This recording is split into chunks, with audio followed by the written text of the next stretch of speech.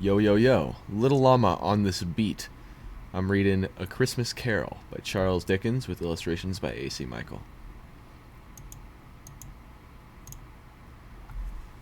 A Christmas Carol. Stave 1, Marley's Ghost.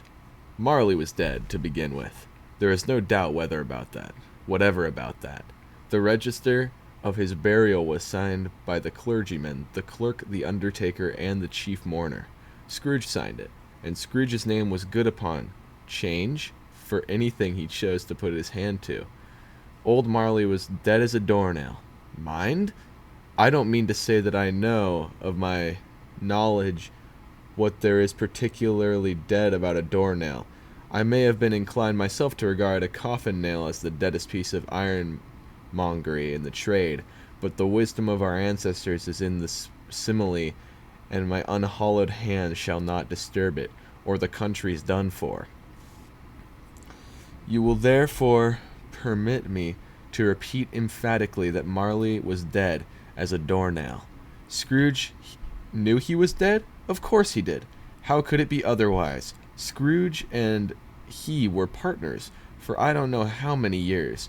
Scrooge was his sole executor, his sole administrator, his sole assign, his sole residuary legatee, his sole friend and sole mourner. And even Scrooge was not so dreadfully cut up by the sad event, but that he was an excellent man of business, and on the very day of the funeral, and solemnized it with an undoubted bargain. Oh boy. The mention of Marley's funeral brings me back to the point I started from. There is no doubt that Marley was dead. This must be distinctly understood, or nothing wonderful can come of the story that I'm going to relate.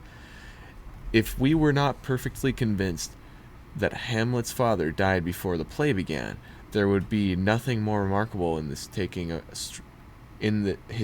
stroll at night in an easterly wind upon his own ramparts than there would be in any other middle-aged gentleman's rashly turning out after a dark, breezy spot, say St. Paul's churchyard, for instance, literally to astonish his son's weak mind.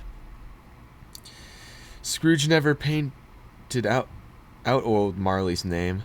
There it stood years afterwards above the warehouse door, Scrooge and Marley. The firm was known as Scrooge and Marley. Sometimes people new to the business called Scrooge, and sometimes Marley, but he answered to both names.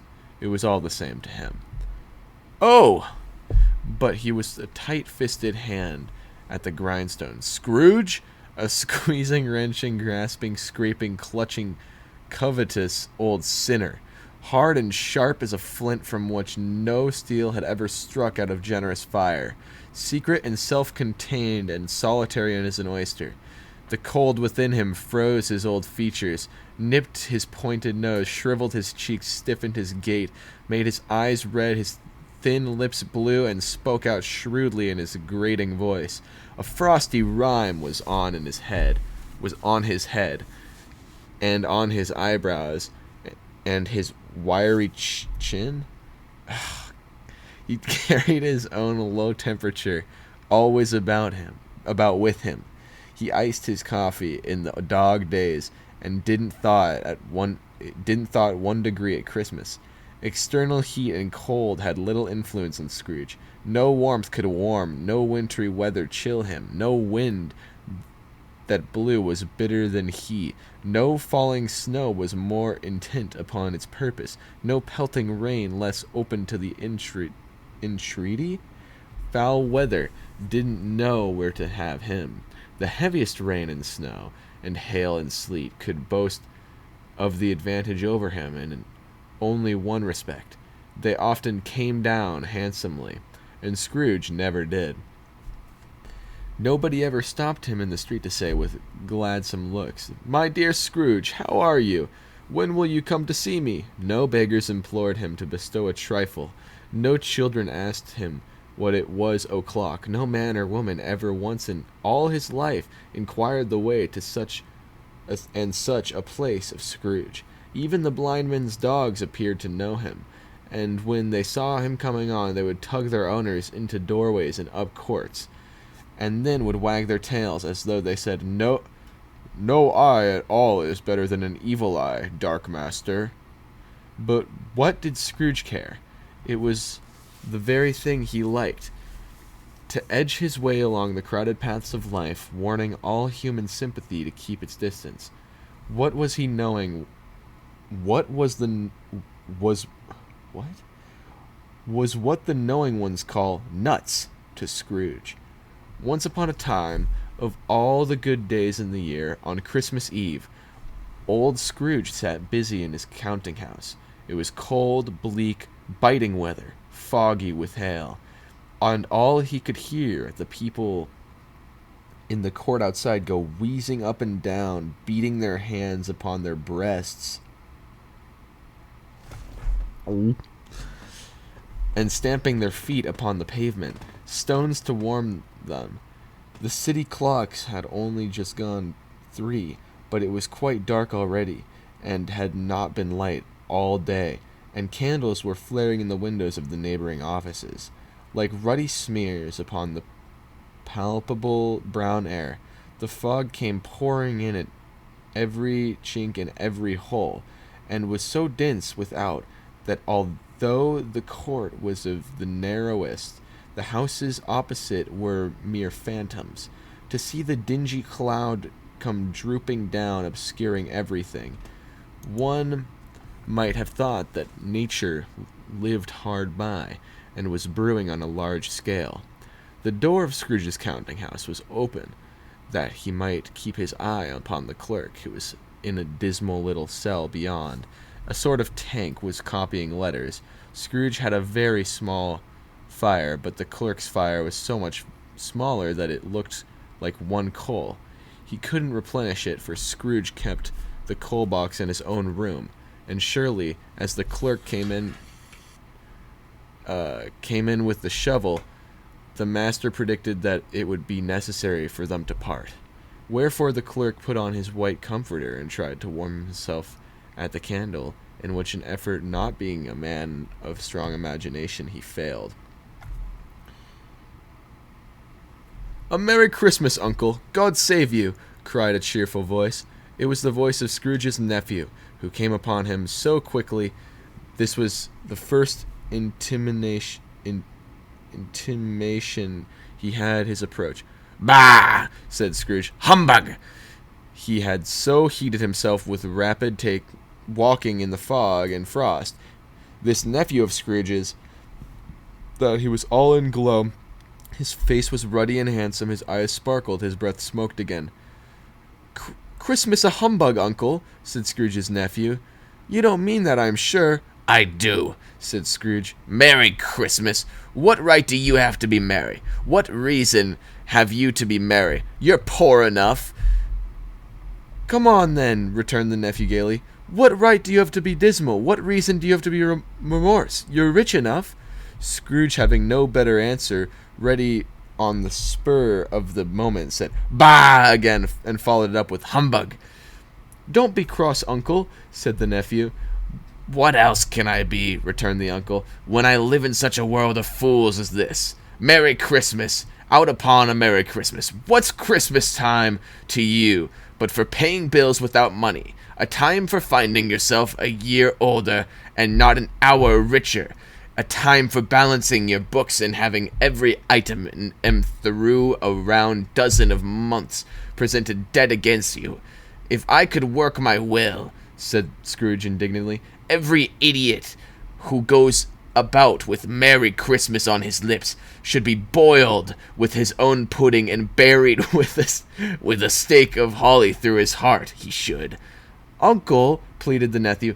"Nephew," returned the uncle sternly, "keep Christmas in your own way, and let me keep it in mine." "Keep it?" repeated Scrooge's nephew. "But you don't keep it." "Let me leave it alone, then," said Scrooge. "Much good may it do you. Much good has it ever done you." There are many things which I may have derived from good by which I have not profited, I dare say," returned the nephew.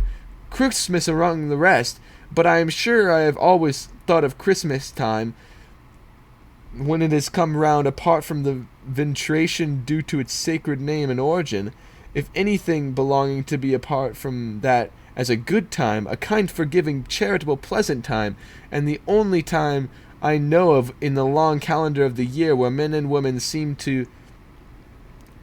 by one consent to open up their shut-up hearts freely, and to think of people below them as if they were really fellow passengers to the grave, and not another race of creatures bound on other journeys.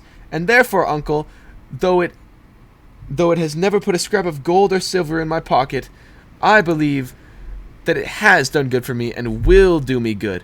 And I say, God bless it.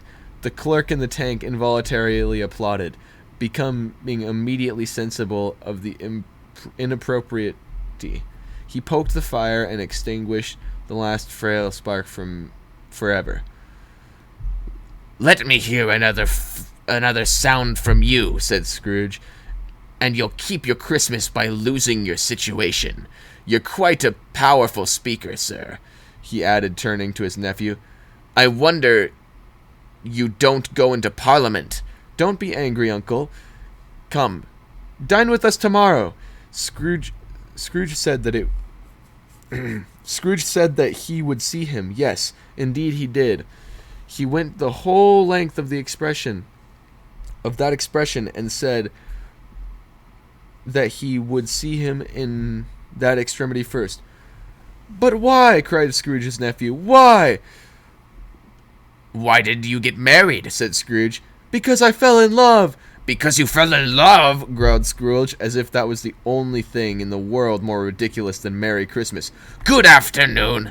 Nay, uncle, but you never came to see me before that happened. Why give it as a reason for not coming now?" "Good afternoon," said Scrooge. "I want nothing from you. I ask nothing from you. Why cannot we be friends?" "Good afternoon," said Scrooge. "I am sorry with all my heart to find you so resolute. We have never had any quarrel to which I have been a party, but I have made the trial in homage to Christmas, and I'll keep my Christmas humor at the last. So a Merry Christmas, uncle." "Good afternoon," said Scrooge, "and a Happy New Year." The clerk tried to warm himself at the candle. Page 14. That's a little quote on the next page, if you didn't know. Look at a little picture. Marley's ghost.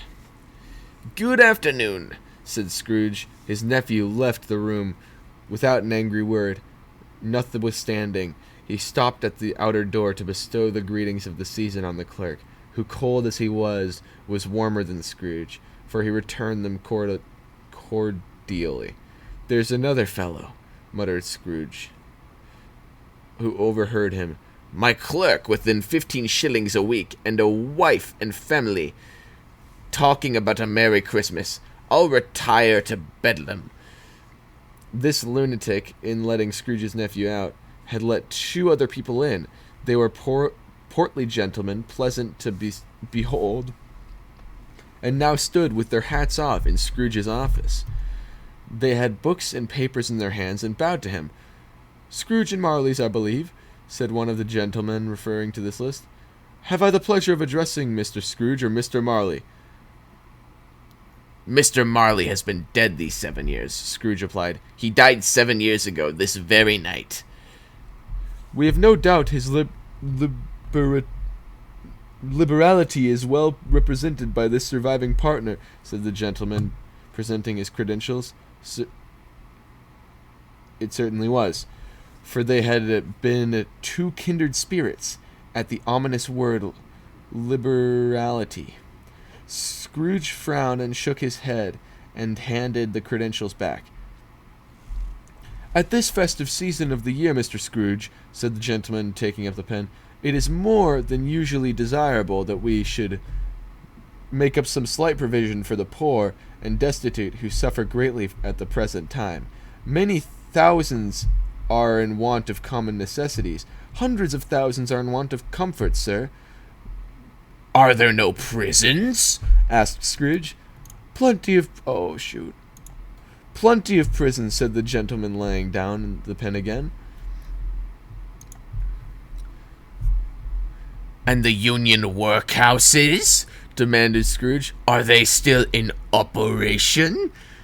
They are, still, returned the gentleman. I wish I could say they were not. The treadmill and the poor law are in full vigor, then? Said Scrooge. Both are very busy, sir. Oh, I was afraid, from what you said at first, that something had occurred to stop them in their usual course, said Scrooge. I am very glad to hear it.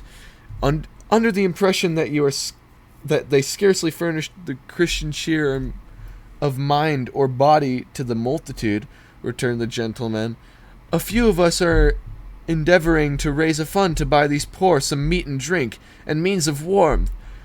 We choose this time because it is a time of all others when want is keenly felt and abundance rejoices. What shall I put you down for? Nothing, Scrooge replied. You wish to be anonymous? I wish to be left alone, said Scrooge. Since you ask me what I wish, gentlemen, that is my answer. I don't make Merry Christmas... I don't make myself... what? I don't make merry myself at Christmas, and I can't afford to make idle people merry. I help to support the establishments I have mentioned. They cost enough, and those who are badly off must go there. Many can't go there, and many would rather die. If they would rather die, said Scrooge, they had better do it and decrease the surplus population. Besides, excuse me, I don't know that. But you might know it, observed the gentleman. It's not my business, Scrooge returned. It's enough for a man to understand his own business and not to interfere with other people's business. Mine occupies me constantly. Good afternoon, gentlemen. Seeing clearly that it would be useless to pursue their point, the gentleman withdrew. Scrooge resumed his labors with an improved opinion of himself, and in a more fastidious temper than was usual with him. Meanwhile, the fog and darkness thickened so that people ran about with flaring links, proffering their services to go before horses and carriages and conduct them on their way. The ancient tower of a church, whose gruff old bell was always peeping slightly down at Scrooge out of a Gothic window in the wall, became invisible, and struck the hours and quarters in the clouds with a tremulous vibrations afterwards, as if its teeth were chattering in its frozen head up there. The cold became less intense. In the main street, at the corner of the court, some laborers were repairing the gas pipes, and had lighted a great fire in brazier, round which the party of ragged men and boys were gathered, warming their hands and winking their eyes before the blaze in rapture. The water plug being left in its solitude, its overflowings sullenly congealed and turned to misanthropic ice. The brightness of the shops were holly sprigs and berries crackled in the lamp. Heat of the windows made pale faces ruddy as they passed.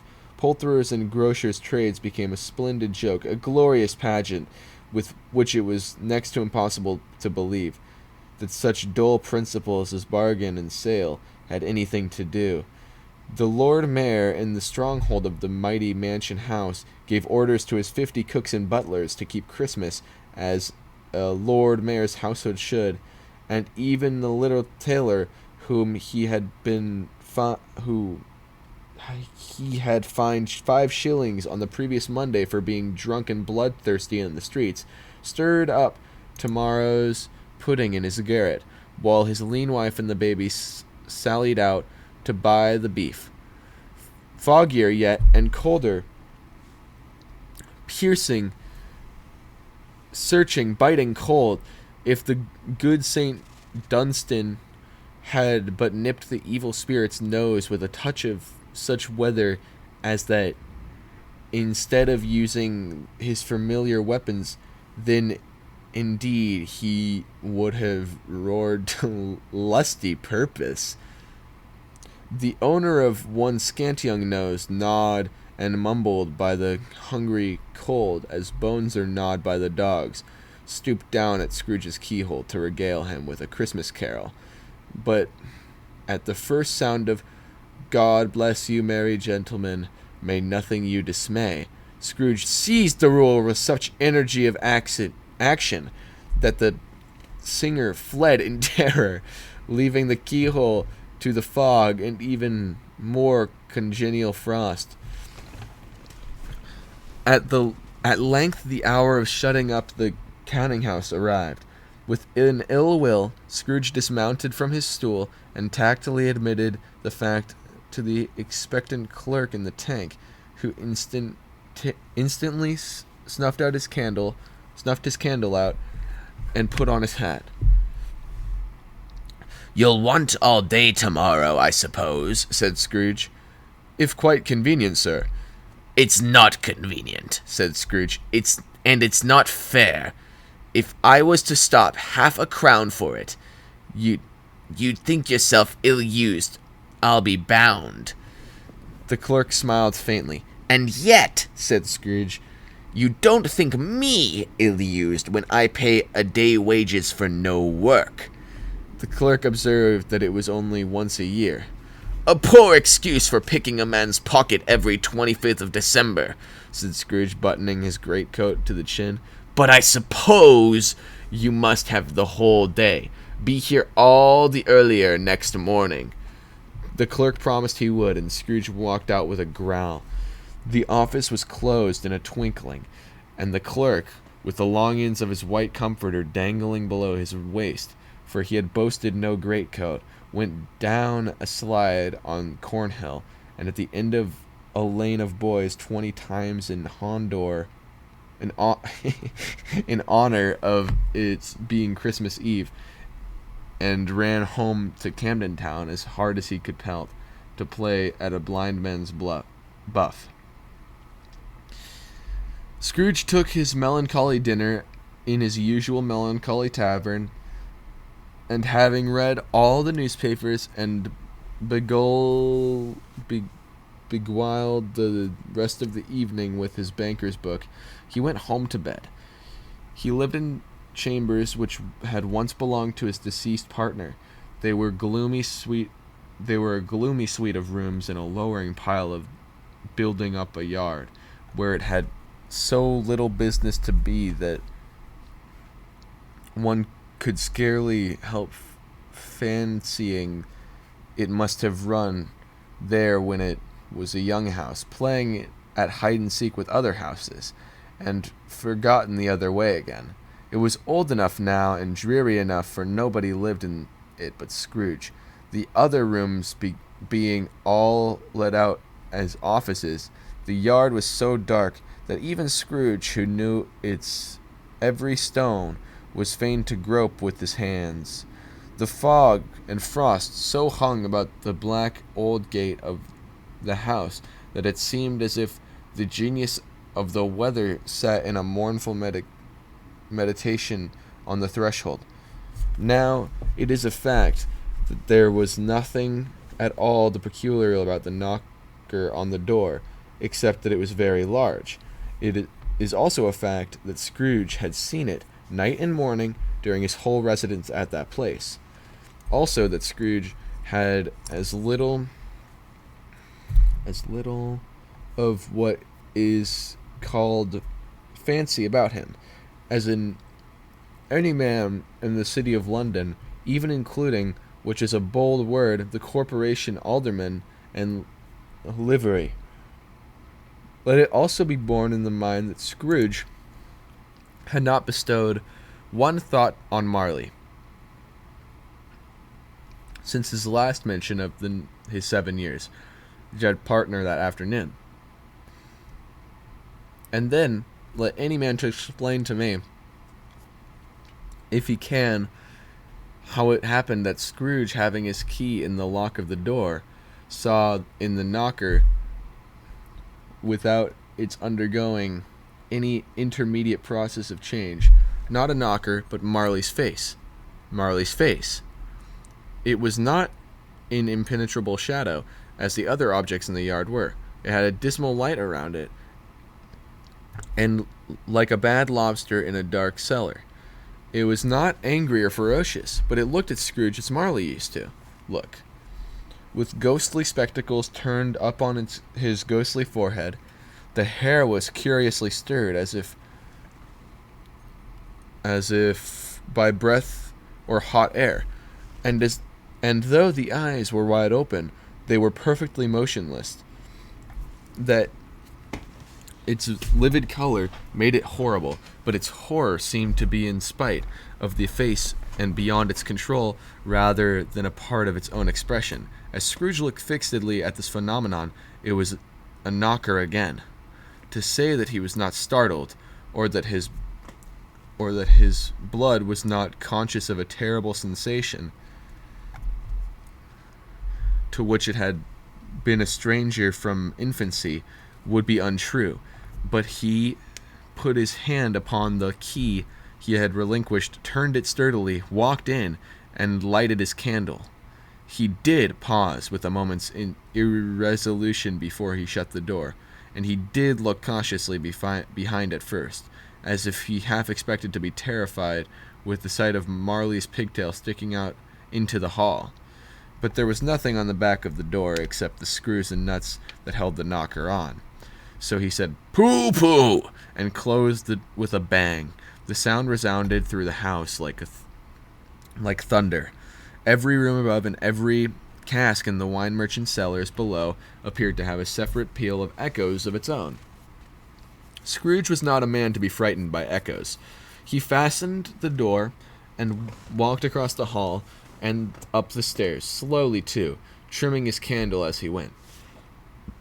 You may talk vaguely about driving a coach and six up a good flight of stairs, or through having a bad young Act of Parliament, but I mean to say, you might have got a hearse up that staircase, and taken it broadways, with the splinter bar towards the wall, and the door towards the balustrades, and done it easy.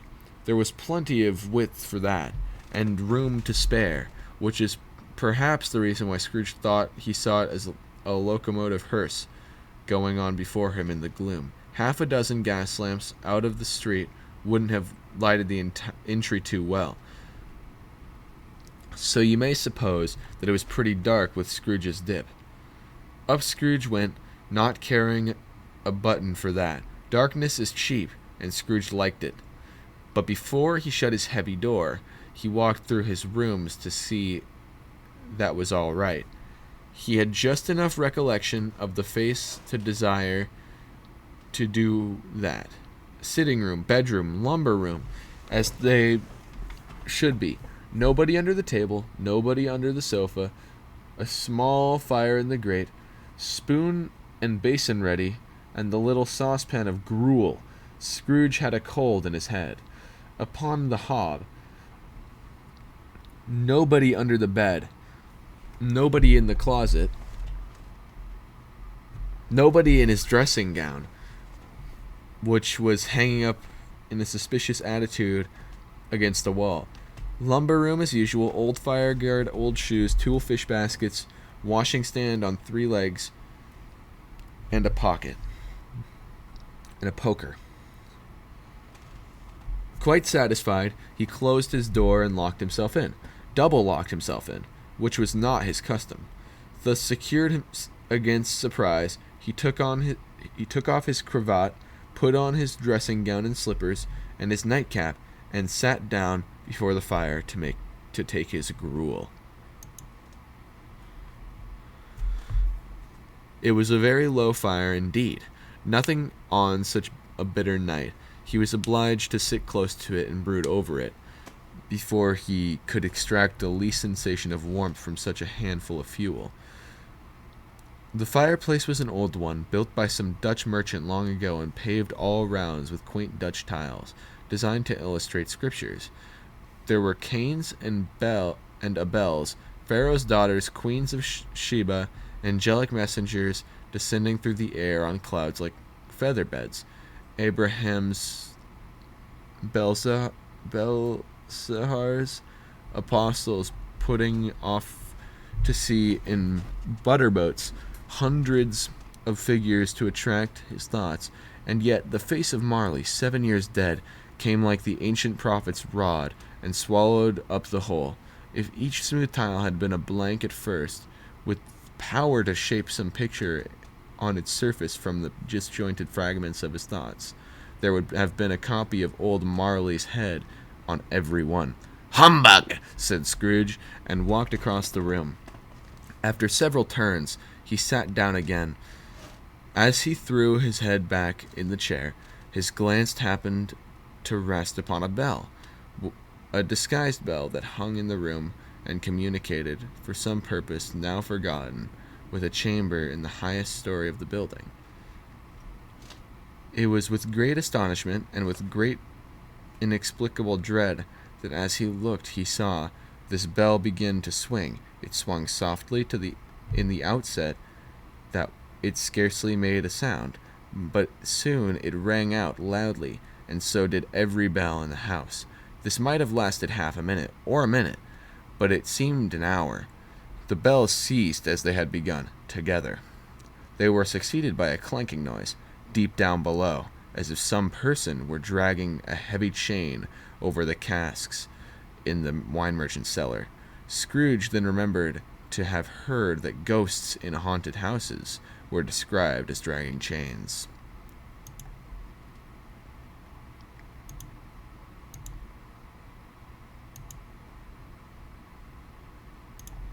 The cellar door flew open with a booming sound, and then he heard the noise much louder on the floors below. Then, coming up the stairs, then coming straight towards his door. "It's humbug still," said Scrooge. "I won't believe it." His color changed, though, when without a pause it came on through his heavy door and passing into the room before his eyes.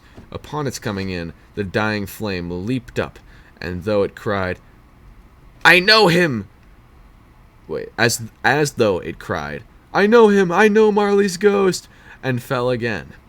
The same face, the very same, Marley in his pigtail, usual waistcoat, tights and boots, the tassels on the latter bristling like his pigtail and his coat skirts, and the hair upon his head.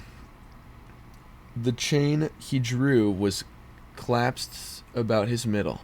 It was long and wound about him like a tail.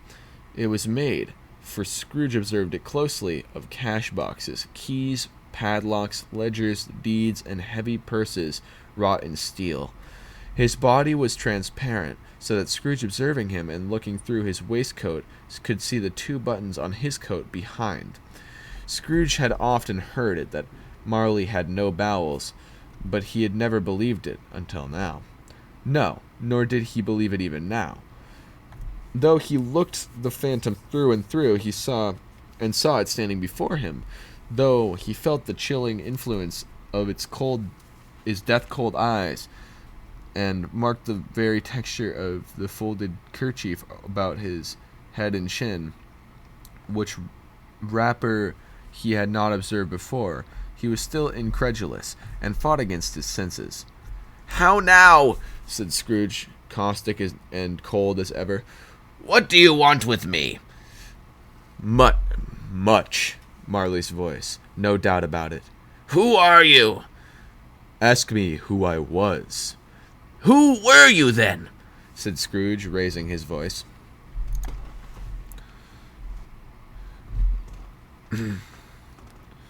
You're particular for a shade," he was going to say. "To a shade." But substituted this as more appropriate. "In life, I was your partner, Jacob Marley." Can you sit down?" You can sit down," asked Scrooge, looking doubtfully at him. I can. Do it then! Scrooge asked the question because he didn't know whether a ghost so transparent might find himself in a condition to take a chair, and felt that in the event of it being impossible, it might involve the necessity of an embarrassing explanation. But the ghost sat down on the opposite side of the fireplace, as if he were quite used to it. You don't believe me, observed the ghost. I don't, said Scrooge. What evidence would you have of my reality beyond that of your senses? I don't know, said Scrooge. Why do you doubt your senses? Because, said Scrooge, a little thing affects them. A slight disorder of the stomach makes them cheats. You may be a fragment. You may be an undigested bit of beef, a blot of mustard, a crumb of cheese, a fragment of underdone potato. There's more gravy than a grave about you, whatever you are. Scrooge was not much in the habit of cracking jokes, nor did he feel in his heart by any means to waggish them.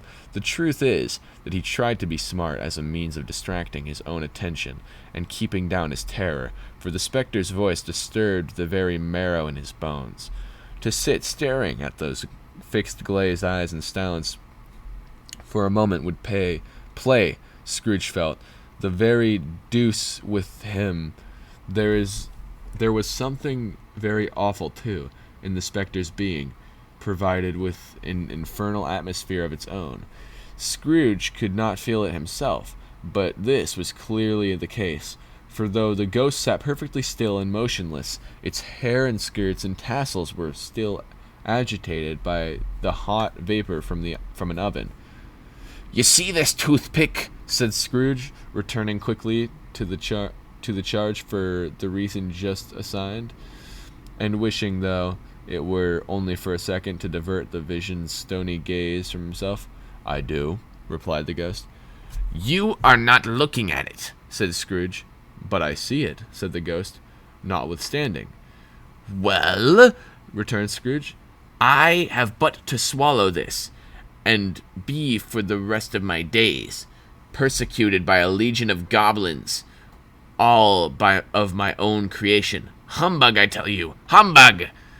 At this the spirit raised a frightful cry, and shook its chain with such a dismal and appalling noise that Scrooge held on tight to his chair to save himself from falling in a swoon.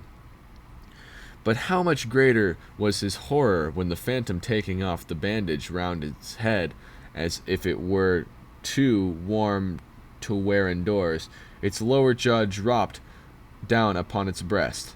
Scrooge fell upon his knees and clasped his hand before his face. "Mercy!" he said. "Dreadful apparition! Why do you trouble me?" "Man of the worldly mind," replied the ghost, "do you believe me or not?" "I do," said Scrooge. "I must. But why do spirits walk the earth, and why do they come to me?" "It is required of every man," the ghost returned, that the spirit within him should walk abroad among his fellow men and travel far and wide. And if that spirit goes not forth in life, it is condemned to do so after death. It is doomed to wander through the world, oh, woe is me, and witness what it cannot share, but might have shared on earth and turned to happiness. Again the spectre raised a cry, and shook his chain, wrung its shadowy hands. "You are fettered," said Scrooge, trembling. "Tell me why." "I wear the chain I forged in life," replied the ghost. "I made it link by link, yard by yard. I girded it on my own free will, and of my own free will I wore it. It is a pattern strange to you?" Scrooge trembled more and more. "Or would you know," pursued the ghost, "the weight and length of this strong coil you bear yourself? It was as full and heavy as long as this 7 Christmas Eves ago. You have labored on it since. It is a ponderous chain." Scrooge glanced about him on the floor, in the expectations of finding himself surrounded by some 50 or 60 fathoms of iron cable, but he could see nothing. "Jacob," he said imploringly. "Oh, Jacob Marley, tell me more. Speak comfort to me, Jacob." "I have none to give," the ghost replied. "It comes from other regions, Ebenezer Scrooge, and it is conveyed by other ministers to other kinds of men. Nor can I tell you what I would. A very little more is all permitted to me. I cannot rest, I cannot stay, I cannot linger anywhere. My spirit never walked beyond our counting-house, mark me. In life, my spirit never roved beyond the narrow limits of our money-changing hole, and its weary journeys lie before me." It was a habit with Scrooge, whether he became thoughtful to put his hand in his breeches pockets, pondering on what the ghost said. He did so now, but without lifting up his eyes or getting off his knees. "You must have been very slow about it, Jacob," Scrooge observed in a businesslike manner, though with humility and indifference. "Slow?" the ghost repeated. 7 years dead," mused Scrooge, "and traveling all the time?" "The whole time," said the ghost. "No rest, no peace, incessant torture of remorse." "You travel fast?" said Scrooge. "On the wings of the wind," replied the ghost. "You might have got over a great quantity of ground in 7 years," said Scrooge. The ghost, on hearing this, set up another cry and clanked its chain so hideously in the dead silence of the night that the ward would have been justified by indicating it for a nuisance. "Oh?"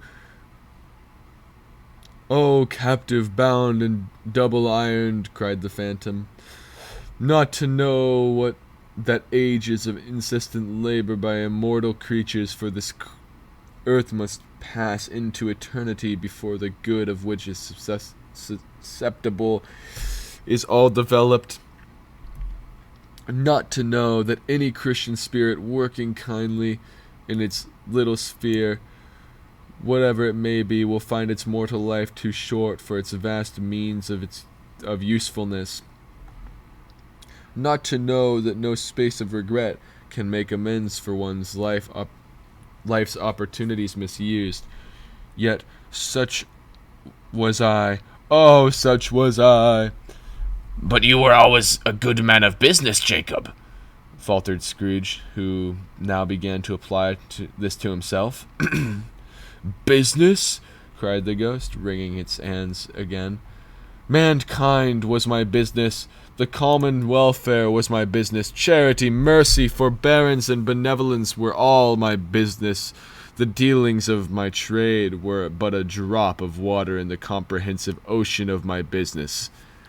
It held up its chain at arm's length as if that were the cause of all of its unveiling grief, and flung it heavily upon the ground again. "At this time of the rolling year," the spectre said, "I suffer most.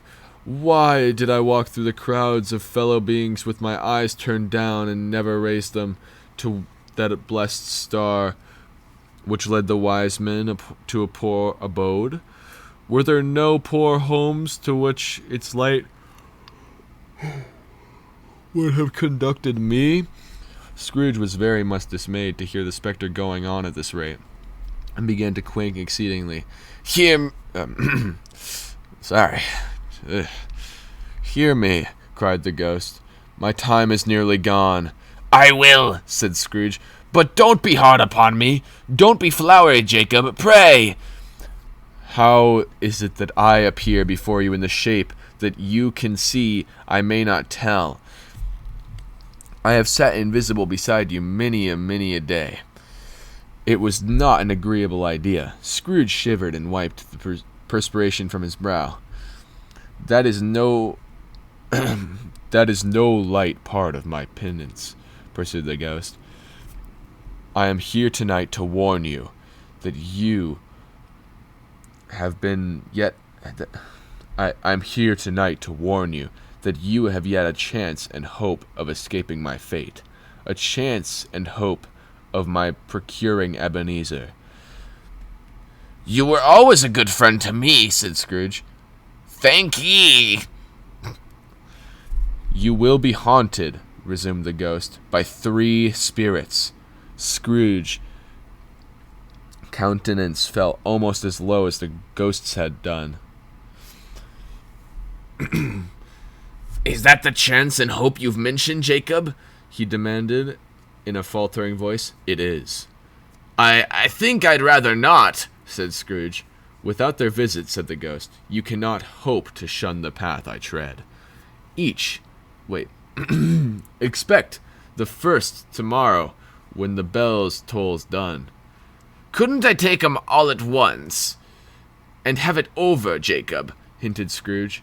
Expect the second on the next night at the same hour, the third upon the next night when the last stroke of 12 has ceased to vibrate.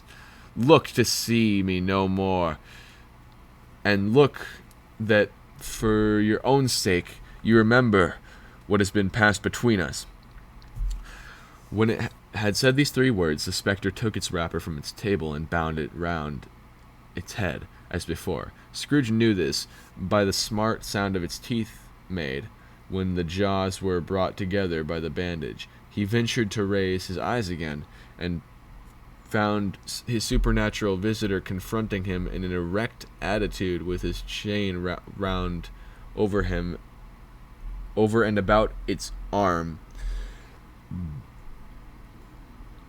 The apparition walked backward from him, and at every step it took, the window raised itself a little so that when the spectre reached it, it was wide open. It beckoned Scrooge to approach, which he did. When they were within 2 paces of each other, Marley's ghost held up its hand, warning him to come no nearer. Scrooge stopped. No so much in obedience as in surprise and fear, for on the raising of the hand he became sensible and confused. Noises in the air, incoherent sounds of lamentation and regret, wailings inexpressibly sorrowful and self-accusatory. The spectre, after listening for a moment, joined in the mournful dirge, and floated on upon the bleak dark night. Scrooge followed to the window, desperate in his curiosity. He looked out. The air was filled with phantoms, wandering hither and thither in restless haste, and moaning as they went. Every one of them wore chains like Marley's ghost. Some few they might be guilty governments were linked together. None were free. Many had been personally known to Scrooge in their lives. He had been quite familiar with one old ghost in a white waistcoat with a monstrous iron safe attached to his ankle, who cried piteously at being unable to assist a wretched woman with an infant whom it saw below upon a doorstep. The misery within them all was clearly that they sought to interfere for good in human matters, and had lost the power forever. Whether these creatures faded into the mist, or mist enshrouded them, he could not tell, but they and their spirit voices faded together, and the night became as it had been when he walked home. Scrooge closed the window and examined the door by which the ghost had entered. It was double locked, as he had locked it with his own hands, and the bolts were undisturbable. He tried to say "humbug," but stopped at the first syllable, and being from the emotion he had undergone, or the fatigues of the day, or the glimpse of the invisible world, or the dull conversation of the ghost, or the lateness of the hour, much in need of repose, went straight to bed without undressing, and fell asleep upon the instant. Stave 2. The first of the 3 spirits. When Scrooge awoke, it was so dark that, looking out of bed, he could scarcely distinguish the transparent window from the opaque walls of his chamber. He was endeavoring to pierce the darkness with his ferret eyes when the chimes of a neighboring church struck 4 quarters. So he listened for the 4. He listened for the hour. Sorry. Yikers. To his great astonishment, the heavy bell went from 6 to 7, and from 7 to 8, and regularly up to 12. Then it stopped. 12. It was past 2 when he went to bed. The clock was wrong.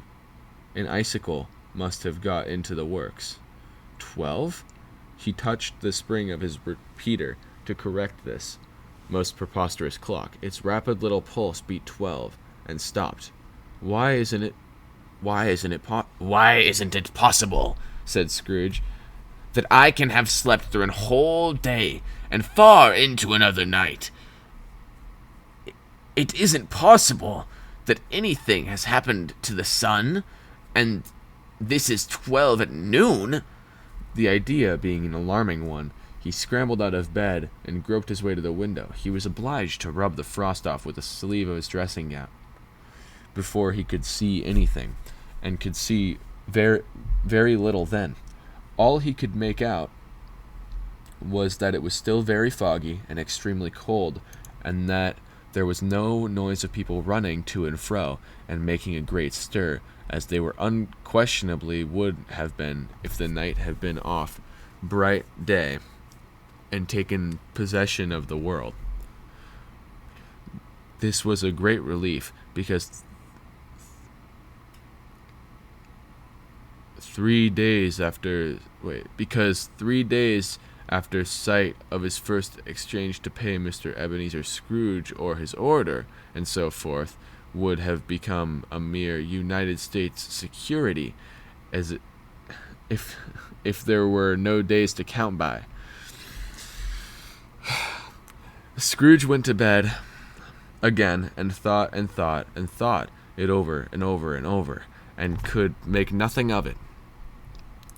The more he thought, and the more perplexed he was, and the more endeavored not to think, and the more he thought. Marley's ghost bothered him exceedingly. Every time he resolved within himself, after mature inquiry, that it was all a dream, his mind flew back again, like a strong spring released, to its first position, and presented the same problem he worked all through. Was it a dream or not? Scrooge lay in his state until the chime had gone 3 quarters more, when he remembered on a sudden that the ghost had warned him of a visitation when the bell tolled 1. He resolved to lie awake until the hour was past, and considering that he would no more go to sleep than go to heaven, this was perhaps the wisest resolution in his power.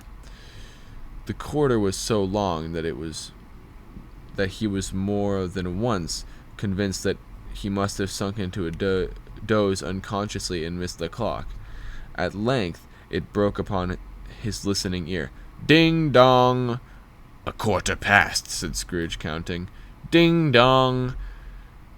1/2 past, said Scrooge. Ding dong! 1/4 to it, said Scrooge. Ding dong! The hour itself, said Scrooge triumphantly. And nothing else. He spoke before the hour bell sounded, which it now did with a deep, dull, hollow, melancholy one. Light flashed up in the room upon the instant, and the curtains of his bed were drawn. The curtains of his bed were drawn aside, I tell you, by a hand. Not the curtains at his feet, nor the curtains at his back, but to those which his face was addressed. The curtains of the bed were drawn aside, and Scrooge, staring up into his half-recumbent attitude, found himself face to face with the unearthly visitor, who drew them as close to it as I am now to you, and I am standing in the spirit at your elbow. He was a strange figure, like a child, yet not so like a child as like an old man viewed through some supernatural medium, which gave him the appearance of having receded from the view, and being diminished to a child's proportions. Its hair, which hung about to its neck and down to its back, was white as if with age, and yet the face had not a wrinkle in it, and the tenderest bloom was on the skin. The arms were very long and muscular, the hands the same, as if its hold were of uncommon strength. Its legs and feet, most delicately formed, were like those upper members bare. It wore a tunic of the purest white, and round its waist was bound a lustrous belt, the sheen of which was beautiful. It held a branch of fresh green holly in its hand, and in singular contradiction of that wintry emblem, it had its dress trimmed with summer flowers. But the strangest thing about it was that from the crown of its head there sprang a bright, clear jet of light, by which all was visible, and which doubtless the occasion of its using in its dueler moments a great extinguisher for a cap, which it now held under its arm. Even this, though when Scrooge looked at it with increasing steadiness, was not its strangest quality, for its belt sparkled and glittered now in one part, now in another. And what was light, one instant,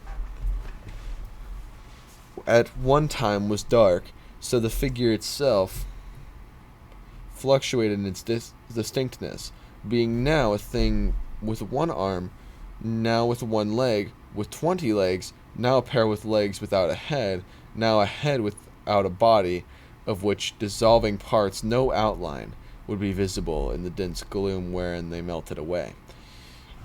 And in the very wonder of this, it would be itself again, distinct and clear as ever. "Are you the spirit, sir, whose coming was foretold to me?" asked Scrooge. "I am."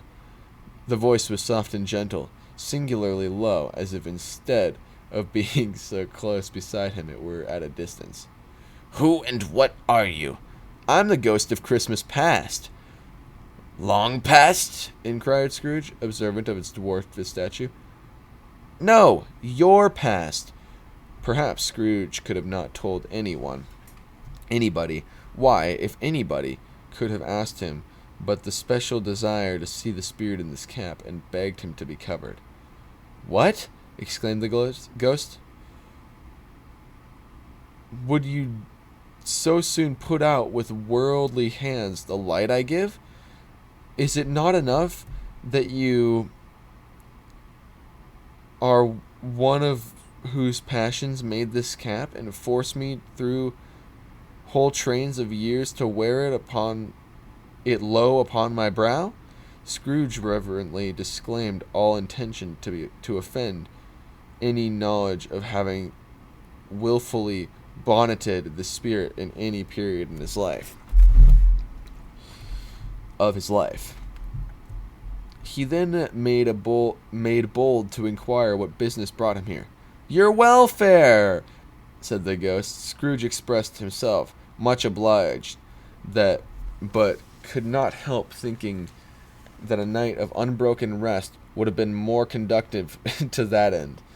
But the spirit must have heard him thinking, for it said immediately, "Your reclamation, then. Take heed." It put out its strong arm as it spoke, and clasped him gently by the arm. Rise, walk with me." It would have been vain for Scrooge to plead that the weather of the hour was not adapted to pedestrian purposes, that bed was warm, and the thermometer a long way below freezing, that he was clad but lightly in his slippers, dressing gown, and nightcap, and that a cold upon him at that time. The grasp, though gentle as a woman's hand, was not to be resisted. He rose, but finding that the spirit made towards the window, collapsed its robe in supplication. "I am immortal! I am immortal!" said Scrooge, remonstrated, and and liable to fall. Bear but a nudge.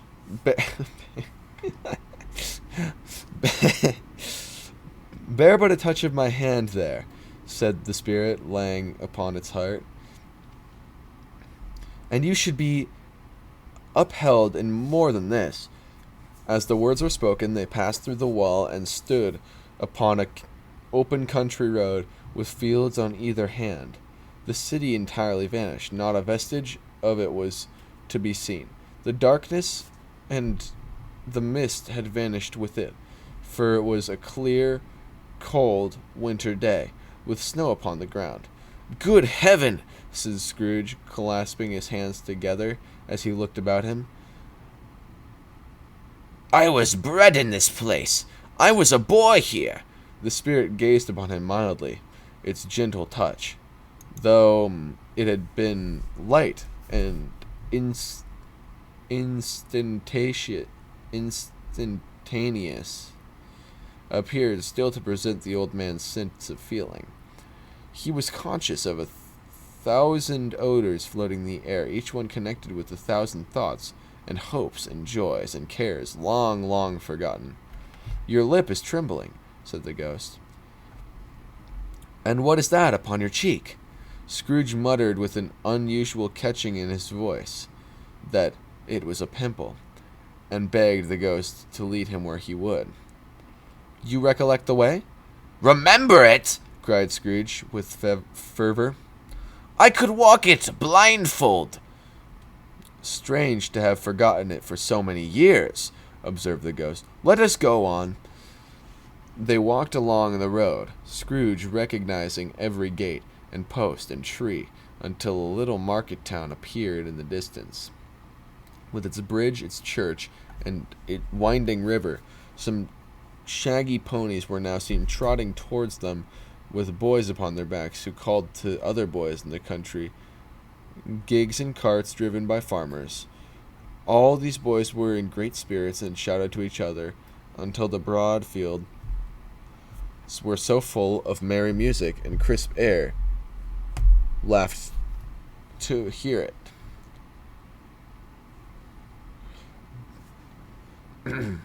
"These are but shadows of the things that have been," said the ghost.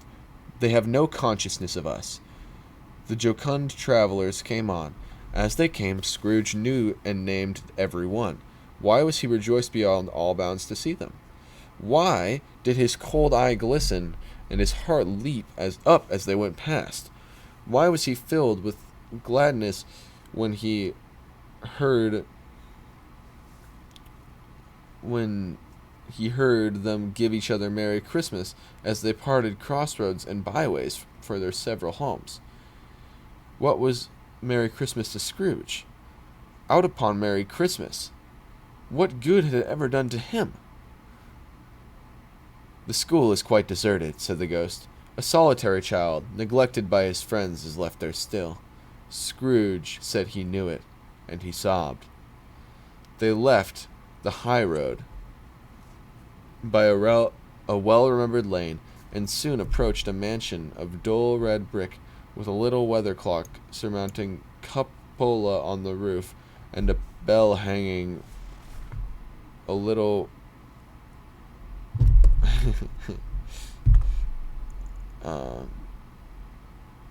a mansion of dull red brick with a little weathercock surmounted cupola on the roof, and a bell hanging in it. It was a large house, but one of broken fortunes, for the spacious offices were little used. Their walls were damp and mossy, their windows broken, and their gates decayed. Fowls clucked and strutted in the stables, and the coach houses and sheds were overrun with grass. Nor was it more retentive of its ancient state within, for entering the dreary hall, glancing through the open doors of many rooms, they found them poorly furnished, cold, and vast. There was an earthly savour in the air, a hilly barrenness in the place, which associated itself to somehow with too much getting up by candlelight and not too much to eat. They went, the ghost and Scrooge, across the hall to a door at the back of the house. It opened before them and disclosed a long, bare, melancholy room, made barer still by the lines of plain deal forms and desks. At one of these a lonely boy was reading near a feeble fire, and Scrooge sat down upon a form and wept to see his poor forgotten self as he had used to be. Not a latent echo in the house, not a squeak and scuffle from the mice behind the paneling, not a drip from the half-thawed waterspout in the dull yard behind, not a sigh among the leafless bots of one despondent poplar, not the idle swinging of an empty storehouse door. No, not a clicking in the fire, but fell upon the heart of Scrooge with his softening influence, and gave a freer passage to his tears. The spirit touched him on the arm, and pointed to his younger self, intent upon his reading. Suddenly, a man in foreign garments, wonderfully real and distinct to look at, stood outside the window, with an axe stuck in his belt, and leading by the bridle an ass laden with wood. "Why, it is Ali Baba!" Why, it is Ali Baba! Scrooge exclaimed in ecstasy. It is in dear old honest Ali Baba. Yes, I know. It's dear old honest Ali Baba. Yes, I know. One Christmas time, when yonder solitary child was left here all alone, he did come for the first time, just like that, poor boy, and Valentine, said Scrooge. And his wild brother, Orson, there they go. And what's his name, who was put down in his drawers asleep at the gate of Damascus? Don't you see him? And the Sultan's groom turned upside down by the guinea is upon his head. Serve him right, I'm glad of it. What business had he married to the princess? To hear Scrooge expending the earnestness of his nature on such subjects in a most extraordinary voice between laughing and crying, and to see his heightened and excited face, would have been a surprise to his business friends in the city, indeed. "There's the parrot!" cried Scrooge.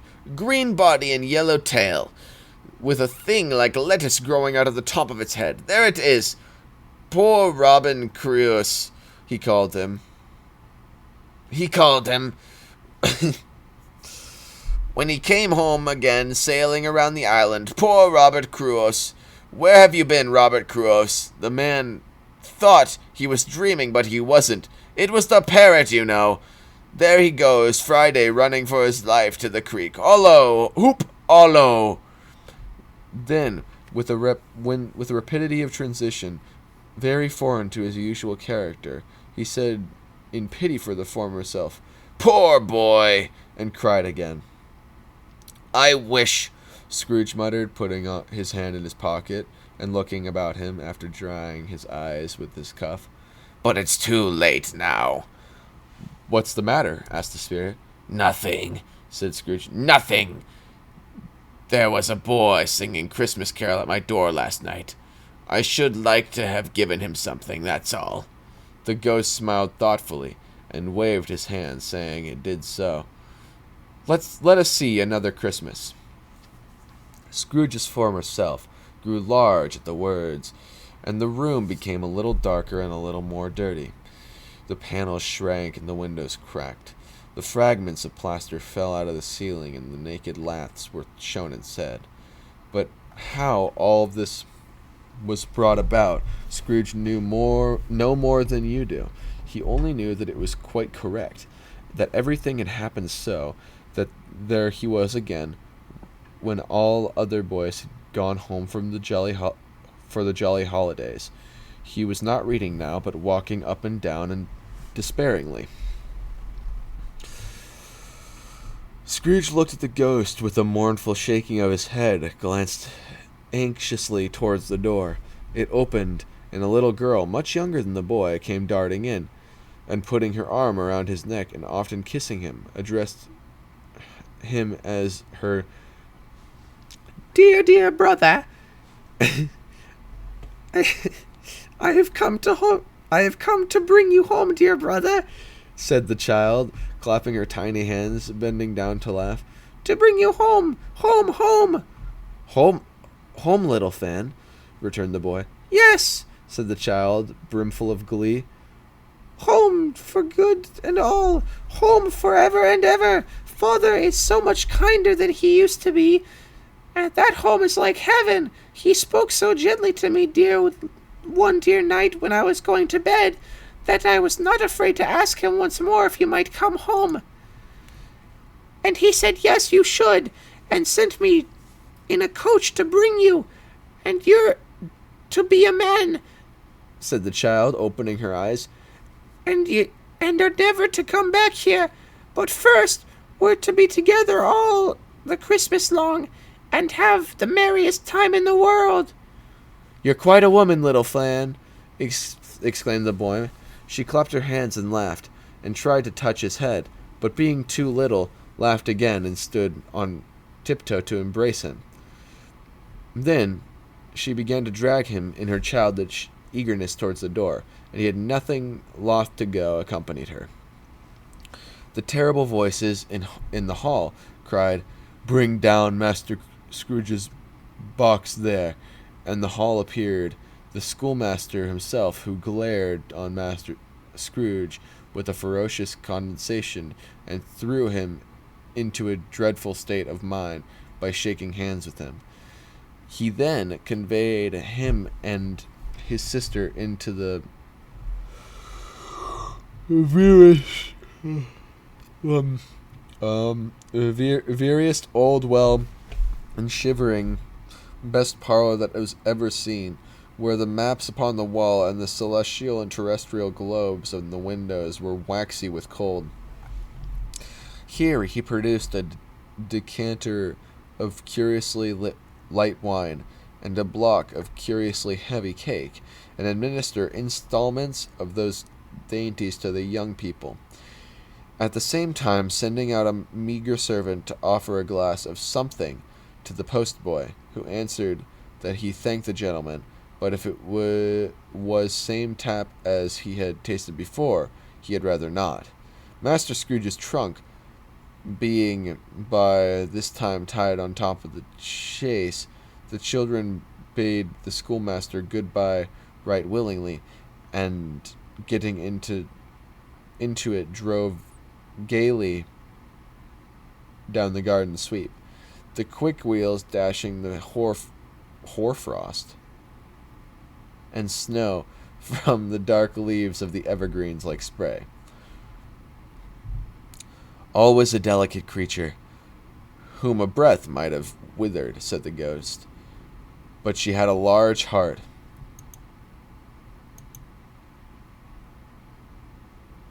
So she had, cried Scrooge. You're right. I will not gainsay it, spirit. God forbid. She died a woman, said the ghost, and had, as I think, children. One child, Scrooge returned. True, said the ghost. Your nephew. Scrooge seemed uneasy in his mind, and answered briefly, Yes. Although they had but that moment left the school behind them, they were now in the busy thoroughfares of a city, where shadowy passengers passed and repassed, where shadowy carts and coaches battled for the way, and all the strife and tumult of real city where it was made plain enough by the dressing of the shops that here too it was Christmas time again. But it was evening, and the streets were lighted up. The ghost stopped at a certain warehouse door, and asked Scrooge if he knew it. I know it, said Scrooge. Was I apprenticed here? They went in, at the sight of an old gentleman in a Welsh wig, sitting behind such a high desk that if he had been 2 inches taller, he must have knocked his head against the ceiling. Scrooge cried with great excitement, "Why, it's old Fezziwig! Bless his heart, it's Fezziwig, alive again!" Old Fezziwig laid down his pen and looked at the clock, which pointed to hour 7. He rubbed his hands, adjusted his capacious waistcoat, laughed all over himself from his shoes to his organ of benevolence, and called out in a comfortably oily, rich, fat, jovial voice, "Yo-ho there, Ebenezer! Dick!" Scrooge's former self, now a grown young man, came briskly in, accompanied by his fellow apprentice. "Dick Williams, to be sure," said Scrooge to the ghost. "Bless me, there he..." Wrong character. Still wrong character. "Bless me, there he is. He was very much attached to me, was he, Dick? Poor Dick! Dear, dear!" "Ho, ho, my boys," said Fezziwig. "No more work tonight. Christmas Eve, Dick. Christmas, Ebenezer. Let's have the shutters up," cried old Fezziwig, with a sharp clap of his hands, "before a man can say Jack Robinson." You wouldn't believe how those two fellows went at it. They charged into the streets with shutters 1, 2, 3, had 'em up their places 4, 5, 6, barred 'em and pinned 'em 7, 8, 9, and came back before you could have got to 12, painting like racehorses. "Hilly-ho!" cried Fezziwig, skipping down from the high desk with wonderful agility. "Clear away, my lads, and let's have lots of room here. Hilly-ho, Dick! Cheer up, Ebenezer! Clear away."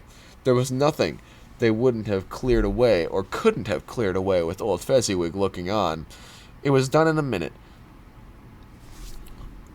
Every movable was packed off, as if it was dismissed from public life for evermore.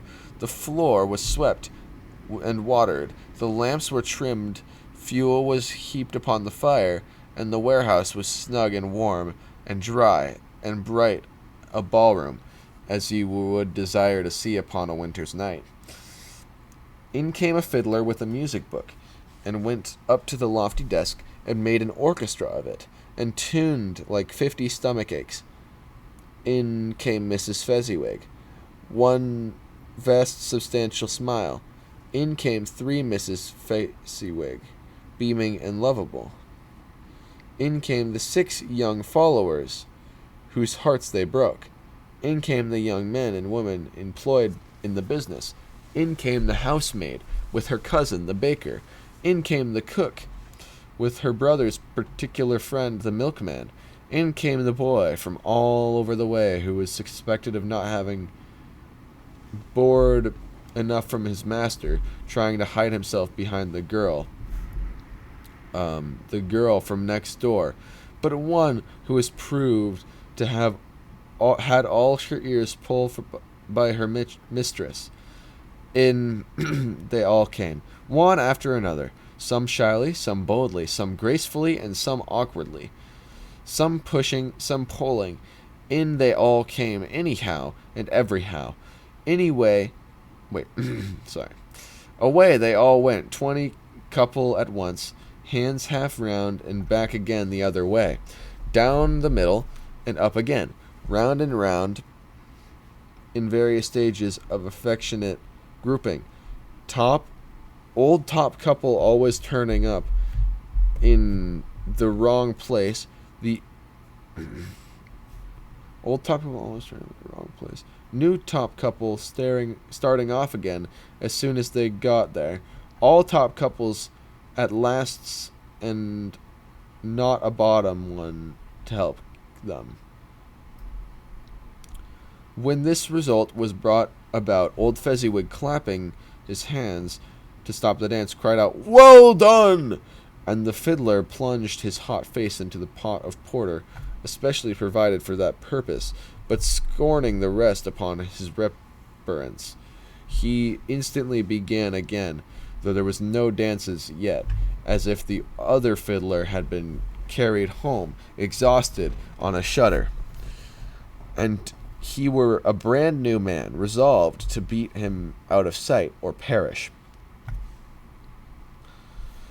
There were more dances, there were forfeits, and more dances, and there was a cake, and there was negus, and there was a great piece of cold roast, and there was a great piece of cold roast. There was a great piece of cold boiled, and there were mince pies, and plenty of beer.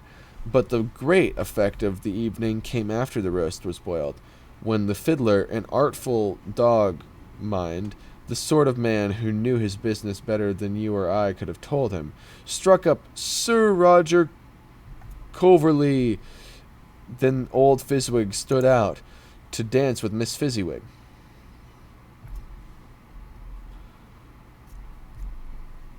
Top couple too, with a good stiff piece of work cut out for them. 3 or 4 and 20 pair of partners, people who were not to be trifled with, people who would dance, and there would be no notion of walking. But if they had been twice as manly, 4 times, old Fezziwig would have been a match for them. And so would Mrs. Fezziwig. As to her, she was worthy to be his partner in every sense of the term. If that's not high praise, tell me higher and I'll use it. A positive light appeared to issue from Fezziwig's calves. They shone in every part of the dance like moons. You couldn't have predicted at any given time what would become of them next. And when old Fezziwig and Mrs. Fezziwig had gone all through the dance, advance and retire, both hands to your partner, bow and curtsy, corkscrew, thread the needle, and back again to your place.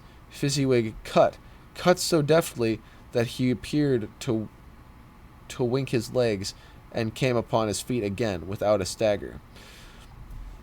When the clock struck 11, his domestic ball broke up. Mr. and Mrs. Fezziwig took their stations on either side the door, and shaking hands with every person individually as he or she went out, wished them a Merry Christmas. When everybody had retired but the 2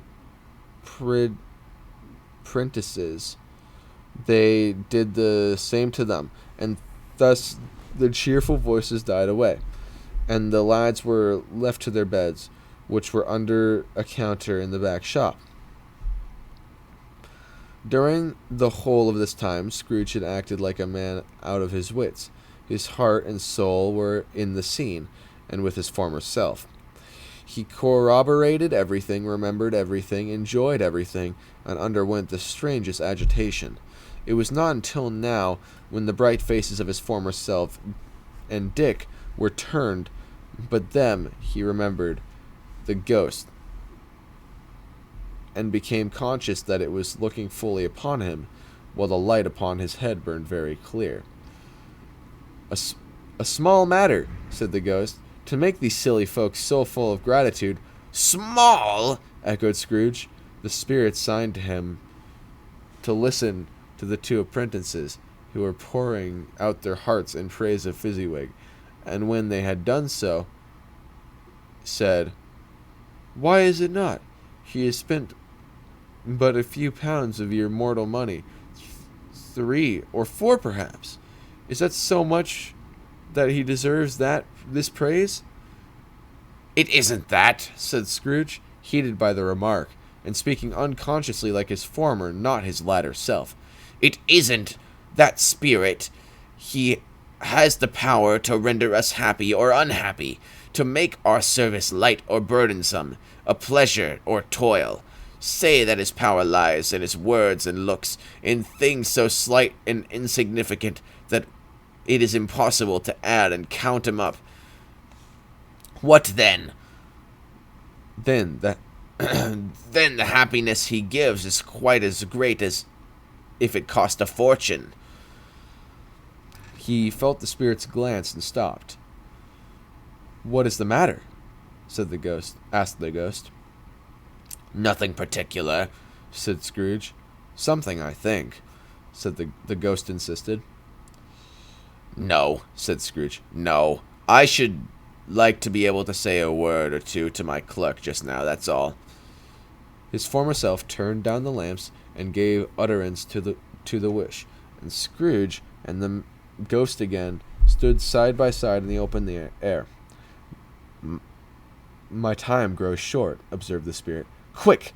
This was not addressed to Scrooge or anyone whom he could see, but it produced an immediate effect, for again Scrooge saw himself. He was older now, a man in the prime of his life, but his his face had not the harsh, rigid lines of later years, but it had begun to wear the signs of care and avarice. There was eager, greedy, restless motion in the eye, which showed the passion that had been taken root, and where the shadow of the growing tree would fall. He was not alone, but sat by the side of a fair young girl in a morning dress, in whose eyes were in tears, which sparkled in the light that shone out of the ghost of Christmas past. "It matters little," she said softly. "To you, very little. Another idol has displaced me, and if it can cheer you and comfort you in time to come, as I would have tried to do, I have no just cause to grieve." "What idol has displaced you?" he rejoined. "A golden one." "This is the even-handed dealing of the world," he said. "There is nothing on which is so hard as poverty, and there is nothing in professed to condemn with such severity as the pursuit of wealth." "You fear the world too much," she answered gently. "All year other hopes have merged into the hope of being beyond the chance of its sordid reproach. I have seen your nobler aspirations fall off one by one, until the master passion gain engrosses you. Have I not?" "What then?" he resorted. "Even if I have grown so much wiser, what then? I am not changed towards you." She shook her head. "Am I?" "Our contract is an old one. It was made when we were both poor, and a contract to be so, until in good season we could improve our worldly fortune by our patient industry. You are changed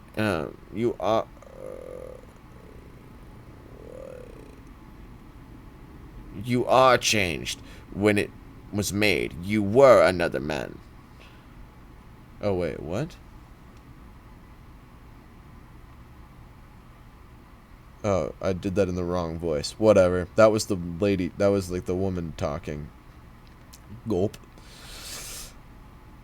"It was a boy," he said impatiently. "Your own feeling tells you that you were not what you are," she returned. "I am. That which promised happiness when we were one in heart is fraught with misery now that we are two. How often and how keenly have I thought of this? I will not say. It is enough that I have thought of it and can release you." "Have I ever sought release?" "In words? No, never." "In what then?" "In a changed nature, in an altered spirit, in another atmosphere of life, in another hope as its great end, in everything that made my love of any worth or value in your sight. If this had ever been between us," said the girl, looking mildly with steadiness upon him, "tell me,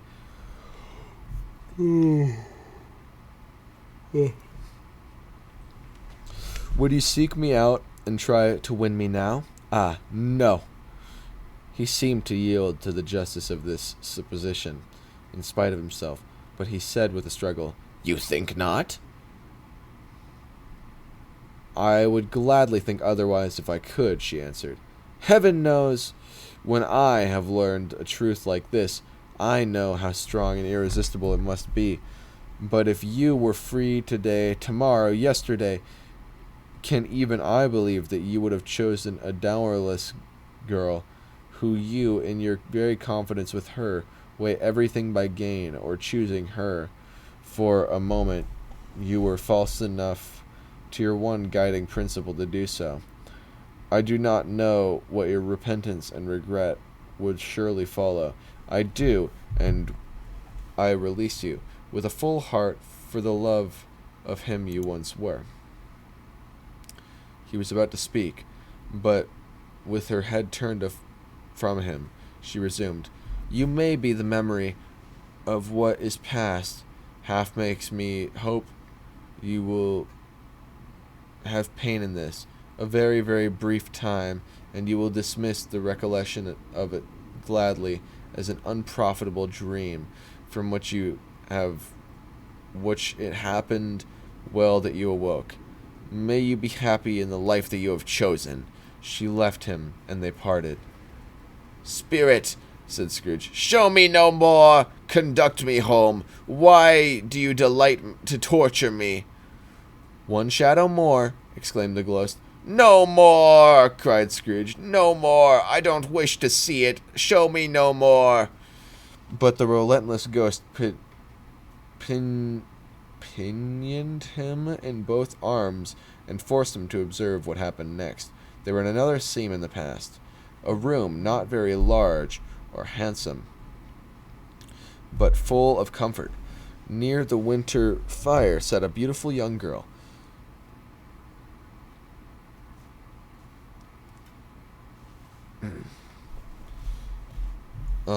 So, like last night, Scrooge believed it was the same until he saw her, now a comely matron, sitting opposite her daughter. The noise in this room was perfectly tumultuous, for there were more children than Scrooge in his agitated state of mind could count, and unlike the celebrated herd in the poem, they were not 40 children conducting themselves like one, but every child was conducting itself like 40. The consequences were uproarious beyond belief, but no one had seemed to care.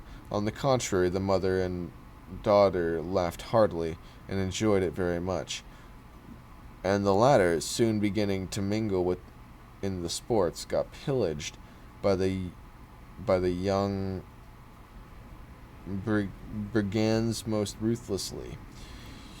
What would I not have given to be one of them? Though I never could have been so rude. No, I wouldn't for the wealth of all the world. The wealth of all the world have crushed that braided hair and torn it down for the precious little shoe. And I wouldn't have plucked it off, God bless my soul, to save my life. As to measuring her waist in sport, as they did, bold young brood, I couldn't have done it. I should have expected my arm to have grown round it for punishment, and never come straight again. And yet I should have dearly liked, I own, to have touched her lips, to have questioned her, that she might have opened them, to have looked upon the lashes of her downcast eyes, and never raised a blush, to have let loose the waves of hair, an inch of which looked to be a keepsake beyond price. In short, I should have liked, I do confess, to have had the lightest license of a child, and yet to have been man enough to know its value. But now a knocking at the door was heard, and such a rush immediately ensued that she, with laughing face and plundered dress, was borne towards it, and it the center of a flushed and boisterous group, just in time to greet the father, who came home attended by a man laden with Christmas toys and presents. Then the shouting and struggling and onslaught that was made on the defenseless porter, the scaling him, the chairs for ladders to dive into his pockets, to spoil him of brown paper parcels, hold on tight by his cravat, hug him round his neck, pummel his back, and kick his legs, irrepressible affection. The shouts of wonder and delight, which were the development of every package, was received. The terrible announcement that the baby had been taken in an act of putting a doll's frying pan into his mouth, and was more than suspected of having swallowed a fictitious turkey glued on a wooden platter. The immense relief of finding this is a false alarm. The joy and gratitude and ecstasy, they are all indescribable alike. It is enough that by degrees the children and their emotions got out of the parlor one by one. Got out of the parlor, and by one stair at a time, up to the top of the house, where they went to bed and so subsided. Now Scrooge looked on more attentively than ever, when the master of the house, having his daughter leaning fondly on him, sat down with her and her mother at his own fireside, and when he thought that such another creature, quite as graceful and as full of promise, might never have called him father, and been a springtime in the haggard winter of his life, his sight grew very dim indeed. "Belle," said the husband, turning to his wife with a smile, "I saw an old friend of yours this afternoon." "Who was it?" "Guess." How can I? Tut, I don't know," she added in the same breath, laughed as he laughed. "Mr. Scrooge. Mr. Scrooge it was. I passed his office window, and it was not shut, and he had a candle inside. I could scarcely help seeing him. His partner lies upon the point of death, I hear, and there he sat alone, quite alone in the world, I do believe." "Spirit," said Scrooge. "Spirit," said Scrooge in a broken voice, "remove me from this place." "I told you these were shadows of the things that have been," said the ghost. "They are what they are. Do not blame me." "Remove me," Scrooge exclaimed. "I cannot bear it." He turned upon the ghost, and seeing that it looked upon him with a face in which some strange way there was fragments of all the faces that had known him, wrestled with it. "Leave me, take me back, haunt me no longer." In the struggle, if that can be called a struggle, in which the ghost had no visible resistance on its own part, was undisturbed by any effort of its adversary, Scrooge observed that its light was burning high and bright, and dimly connecting that with its influence over him. He seized the extinguisher cap, and by a sudden action pressed it down upon his head. The spirit dropped beneath it, and so the extinguisher covered its whole form. But though Scrooge pressed it down with all his force, he could not hide the light which streamed from under it in an unbroken flood upon the ground. He was conscious of being exhausted and overcome by an irresistible drowsiness, and further of being in his own bedroom. He gave the cap a parting squeeze, in which his hand relaxed, and barely time to reel to bed, before he sank into a heavy sleep.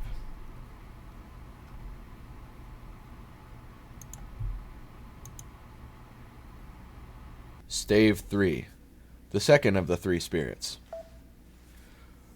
Waking up in the middle of a prodigiously tough snore and sitting up in bed to get his thoughts together, Scrooge had no occasion to be told that the bell was again upon the stroke of 1. He felt that he was restored to consciousness in the right nick of time for the special purpose of holding a conference with the second messenger dispatched to him through Jacob Marley's intervention. But finding that he turned uncomfortably cold when he began to wonder which of his curtains his new spectre would draw back, he put them every one aside with his own hands, and lying down again established a good look out all around the bed, for he wished to challenge the spirit on the moment of its appearance, and did not wish to be taken by surprise and made nervous.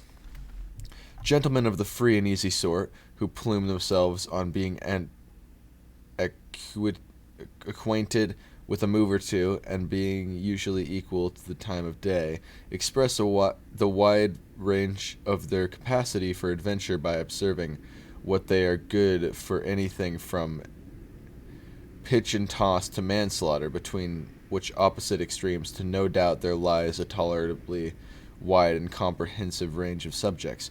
Without venturing for Scrooge quite as heartily as this, I don't mind calling on you to believe that he was ready for a good, broad field of strange appearances, and that nothing between a baby and a rhinoceros would have astonished him very much.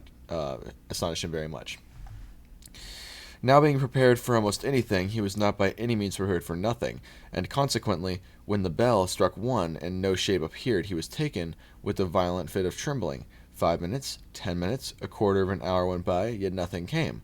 All this time he lay upon his bed, the very core and center of a blaze of ruddy light which streamed upon it when the clock proclaimed the hour, and which, being the only light, was more alarming than a dozen ghosts, as he was powerless to make out what it meant or would be at, and was sometimes apprehensive he might be at that very moment an interesting case of spontaneous combustion without having the consultation of knowing it. At last, however, he began to think as you or I would have thought at first, for it is always the person, not the predicament, who knows what ought to have been done in it, and would unquestionably have done it too. At last, I say, he began to think that the source and secret of this ghostly light might be the adjoining room, from whence, first retracing it seemed to shine. This idea taking full possession of his mind, he got up softly and shuffled in his slippers to the door.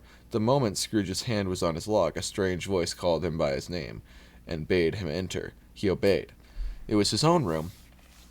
There was no doubt about that, but it had undergone a surprising transformation. The walls and ceiling were so hung with living green that it looked a perfect grove, from every part of which bright, gleaming berries glistened. The crisp leaves of holly, mistletoe, and ivy reflected back the light as if so many little mirrors had been scattered there, and such a mighty blaze went roaring up the chimney as that dull petrification of a hearth had never known Scrooge's time or Marley's, or for many and many a winter season gone. Heaped up on the floor to form a kind of throne were turkeys, geese, game, poultry, brawn, great joints of meat, sucking pigs, long wreaths of sausages, mince pies, plum puddings, barrels of oysters, red-hot chestnuts, cherry-cheeked apples, juicy oranges, luscious pears, immense twelfth cakes, and seething bowls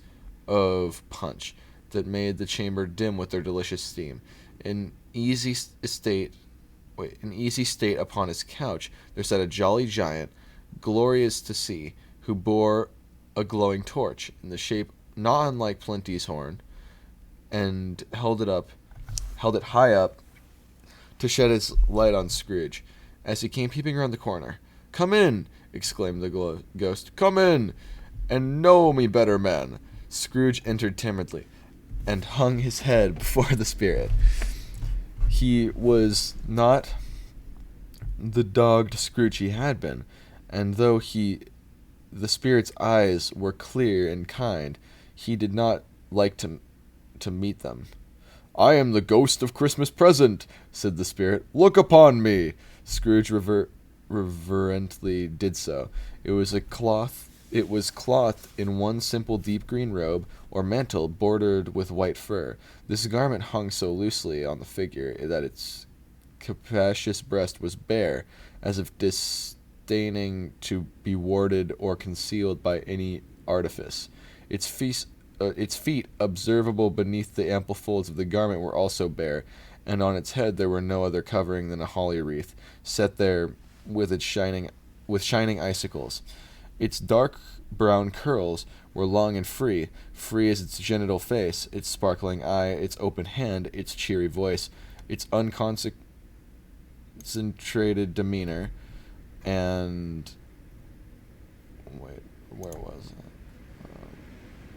and joyful air. Girded round its middle was an antique scabbard, but no sword was in it. The ancient sheath was eaten up with rust. "You have ever seen the like of me before?" exclaimed the spirit. Never. Scrooge made answer to it. "Have never walked forth with the younger members of my family, meaning, for I am very young, my elder brother, born in these latter years," pursued the phantom. I don't think I have, said Scrooge. I am afraid not. Have you had many brothers, spirit? "More than 800, said the ghost. A tremendous family to provide for," muttered Scrooge. The ghost of Christmas present rose. "Spirit," Scrooge said Scrooge submissively. "Conduct me where you will. I went forth last night on compulsion, and I learned a lesson which is working now. Tonight, if you have aught to teach me, let me profit by it." "Touch my robe." Scrooge did as he was told, and held it fast. Holly, mistletoe, red berries, ivy, turkey, geese, game, poultry, brawn, meat, pigs, sausages, oysters, pies, puddings, fruit, and punch all vanished instantly. So did the room, the fire, the ruddy glow, the hour of night, and they stood in the city streets on Christmas morning, where for the weather was severe, the people made a rough but brisk and not unpleasant kind of music in scraping the snow from the pavement in front of their dwellings, and from the tops of their houses, whence it was mad delight to the boys to see it come plumping down into the road below and spitting into artificial little snowstorms. The house fronts looked black enough, and the windows blacker, contrasting with the smooth white sheet of snow upon the roofs, and with the dirtier snow upon the ground, which last deposit had ploughed up in deep furrows by the heavy wheels of carts and wagons, furrows that crossed and recrossed each other hundreds of times, where the great streets branched off and made intricate channels hard to trace. In the thick yellow mud and icy water, the sky was gloomy, and the shortest streets were choked up with dingy mist, half thawed, half frozen, whose heavier particles descended in a shower of sooty atoms, as if all the chimneys in Great Britain had, by one consent, caught fire, and were blazing away to their dear heart's consent. There was nothing very cheerful in the climate or the town, and yet there was an air of cheerfulness abroad that the clearest summer air and brightest summer sun might have endeavored to diffuse in vain. For the people who were shoveling away on the housetops, were jovial and full of glee, calling out to one another from the parapets, and now and then exchanging a facetious snowball, better-natured missile, far than many a wordy jest, laughing heartily if it went right, and not less heartily if it went wrong. The poulterers' shops were still half open, and the fruiterers were radiant in their glory. There were great round, pot-bellied baskets of chestnuts shaped like the waistcoats of jolly old gentlemen, lolling around the doors and tumbling out into the street in their apoplectic opulence.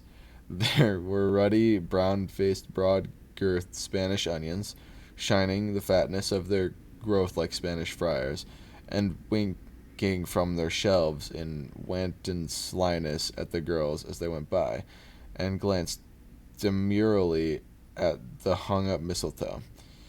There were pears and apples clustered high, blooming pyramids. There were bunches of grapes made in the shopkeeper's benevolence to dangle from the conspicuous hooks that people's mouths might water gratis as they passed. There were piles of filberts, mossy and brown, recalling in their fragrance ancient walks among the woods in pleasant shufflings, ankle deep through the withered leaves. There were Norfolk bifflins, squab and swarthy, setting off the yellow of the oranges and lemons, and in the great compactness of their juicy persons, urgently entreating and beseeching to avoid to be carried home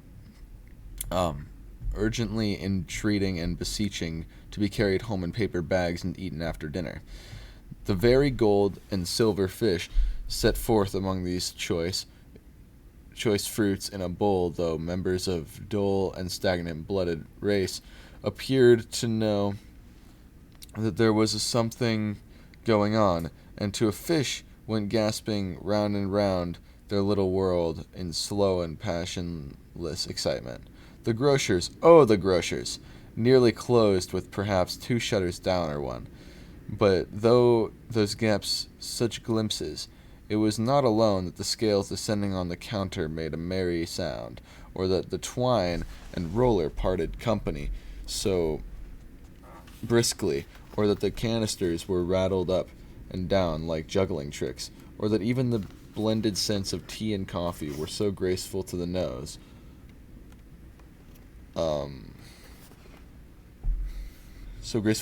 Or even that raisins were so plentiful and rare, the almonds so extremely white, the sticks of cinnamon so long and straight, the other spices so delicious, the candied fruits so caked and spotted with molten sugar as to make the coldest person feel faint and subsequently bilious. Nor was it the figs that were moist and pulpy, or that the French plums blushed in modest tartness for their highly decorated boxes, or that anything was good to eat, and in its Christmas dress. But the customers were all so hurried and so eager in the hopeful promise of the day that they tumbled up against each other at the door, crashing their wicker baskets wildly, and left their purchases upon the counter, and came running back to fetch them, and committed hundreds of the like mistakes, in the best humor possible, while the grocer and his people were so frank and fresh that the polished hearts with which they fastened their aprons behind might have been their own, worn outside for generous inspection and for Christmas daws to peck at if they choose. But soon as the steeples called good, people all to church and chapel, and away they came, flocking through the streets in the air, best clothes, and with their gayest faces. And at the same time, there emerged from scores of by-streets, lanes, and nameless turnings, innumerable people carrying their dinners to the bakers' shops. The sights of the poor travelers appeared to interest the spirits very much, for he stood with Scrooge beside him in a baker's doorway, and taking off the covers as their bearers passed, sprinkled incense on their dinners from his torch. And it was very uncommon kind of a torch, for once or twice, when there were angry words between some dinner carriers whom had jostled each other, he shed a few drops of water on them from it, and their good humor was restored directly. For they said, it was a shame to quarrel upon Christmas Day, and so it was. God love it, so it was. In time the bells ceased, and the bankers were shut up, and yet there was a genial shadowing forth of these dinners, and the progress of their cooking in the thawed blotch of wet above each baker's oven, where the pavement smoked as if its stones were cooking too. Is there a peculiar flavor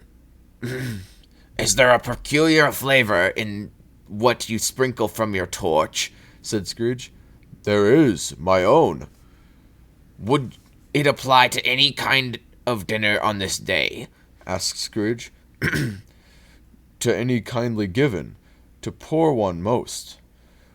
Why to poor one most? Asked Scrooge. Because it needs it most. Spirit, said Scrooge, after a moment's thought. I wonder you, all of the beings in the many worlds about us, should desire to cramp these people's opportunities of innocent enjoyment. I? Cried the spirit. You would deprive them of their means of dining every seventh day, often the only day on which they can be said to dine at all, said Scrooge. Wouldn't you? I? Cried the spirit. You seek to close these places on the seventh day, said Scrooge. And it comes to the same thing. I seek? Exclaimed the spirit. Forgive me if I am wrong. It has been done in your name, for at least in that of your family, said Scrooge. There are some upon this earth of yours, returned the spirit, who lay claim to know us, and who do their deeds of passion, pride, ill will, hatred, envy, bigotry, and selfishness in our name, who are as strange to us and all our kin as if they had never lived. Remember that, and charge their doings on themselves, not us. Scrooge promised that he would, and they went on, invisible as they had been before, into the suburbs of the town. It was a remarkable quality of the ghost which Scrooge had observed at the baker's, that notwithstanding his gigantic size, he could accommodate himself into any place he eased, and that he stood beneath a low roof quite as gracefully and like a supernatural creature as it was possible he could have done it in any lofty hall. And perhaps it was the pleasure of the good spirit. Perhaps it was the pleasure the good spirit had in showing off his power of his, or else it was his own kind, generous, hearty nature, and his sympathy with all poor men that led him straight to Scrooge's clerks. For there he went, and took Scrooge with him, holding his robe, and on the threshold of the door, the spirit smiled and stopped to bless Bob Cratchit's dwelling with the sprinklings of his torch. Think of that. Bob had put 15. Bob, a week himself. He pocketed on Saturdays, but 15 copies of his Christian name, and yet the ghost of Christmas present blessed his 4-roomed house. Then up rose Mrs. Cratchit's wife, dressed out but poorly in a twice-turned gown, but brave in ribbons which are cheap and make a goodly show for 6 pence.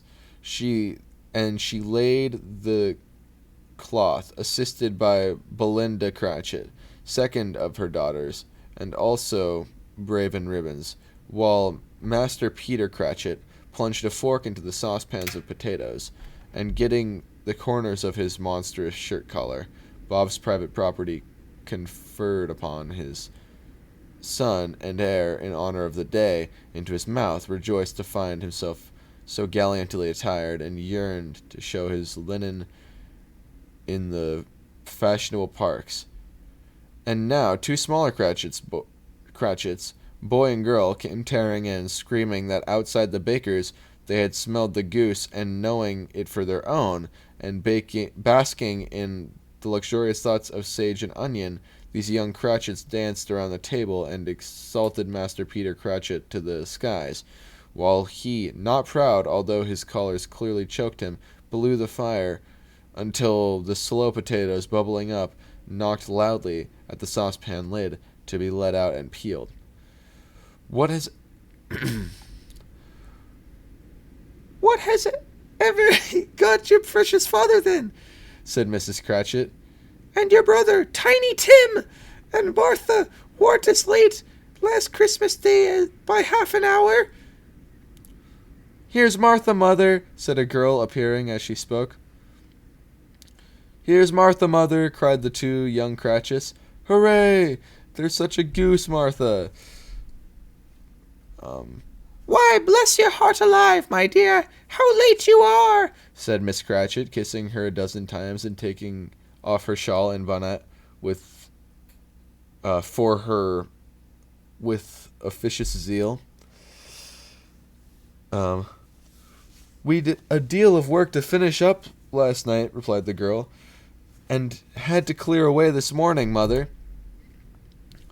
Well, never mind, so long as you are come, said Mrs. Cratchit. Sit ye down before the fire, me dear, and have a warm, Lord bless ye. No, their father's coming, cried the 2 young Cratchits, who were everywhere at once. Hide, Martha, hide! So Martha hid herself, and in came little Bob, the father, with at least 3 feet of comforter exclusive of the fringe hanging down before him, and his threadbare clothes darned up and brushed to look seasonable, and Tiny Tim upon his shoulder. Alas for Tiny Tim, he bore a little crutch, and his limbs supported by iron frame. Why, where's our Martha? Cried Bob Cratchit, looking round. Not coming, said Mrs. Cratchit. Not coming, said Bob, with a sudden declension in his high spirits, for he had been Tim's blood horse all the way from church, and had come home rampant. Not coming upon Christmas Day! Martha didn't like to see him disappointed, if it were only in joke. So she came out prematurely from behind the closest door and ran into his arms, while the 2 young Cratchits hustled Tiny Tim and bore him off into the wash-house, that he might hear the pudding singing in the copper. And how did little Tim behave? Asked Miss Cratchit, when she had allied Bob on his credulity, and Bob hugged his daughter to his heart's content. As good as gold, said Bob, and better. Somehow he gets thoughtful sitting by himself so much, and thinks the strangest things you've ever heard. He told me coming home that he hoped the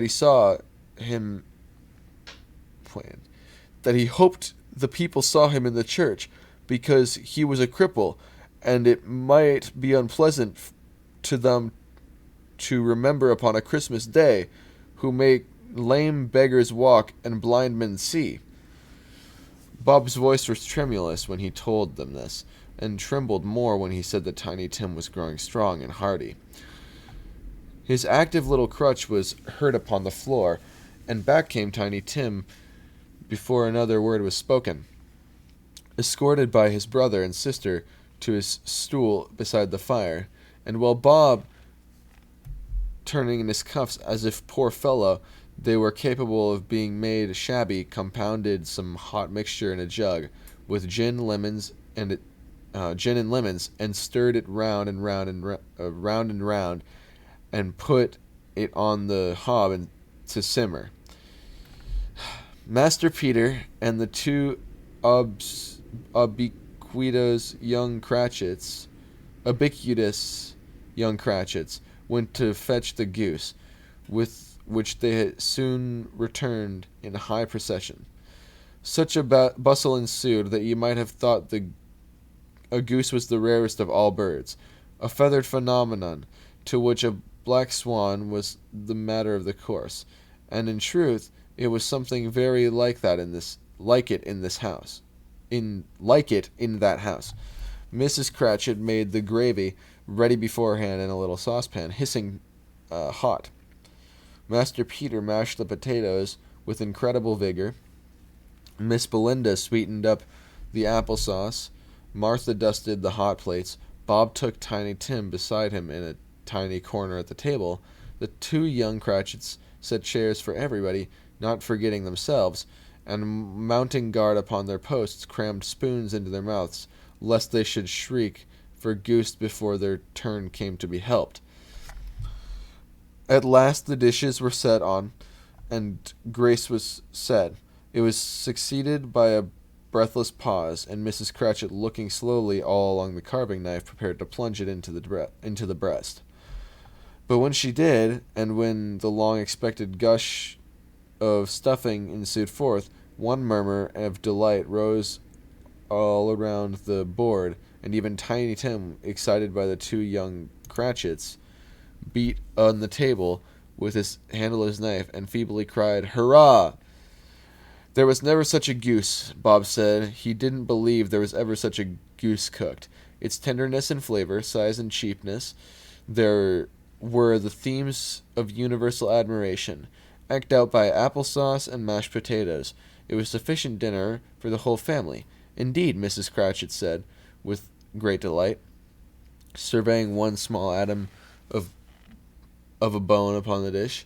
They hadn't ate it all at last, yet everyone had enough, and the youngest Cratchits in particular were steeped in stage and onion to the eyebrows. But now, the plates being changed by Miss Belinda, Mrs. Cratchit left the room alone, too nervous to bear witness, to take the pudding up and bring it in. Suppose it should not be done enough?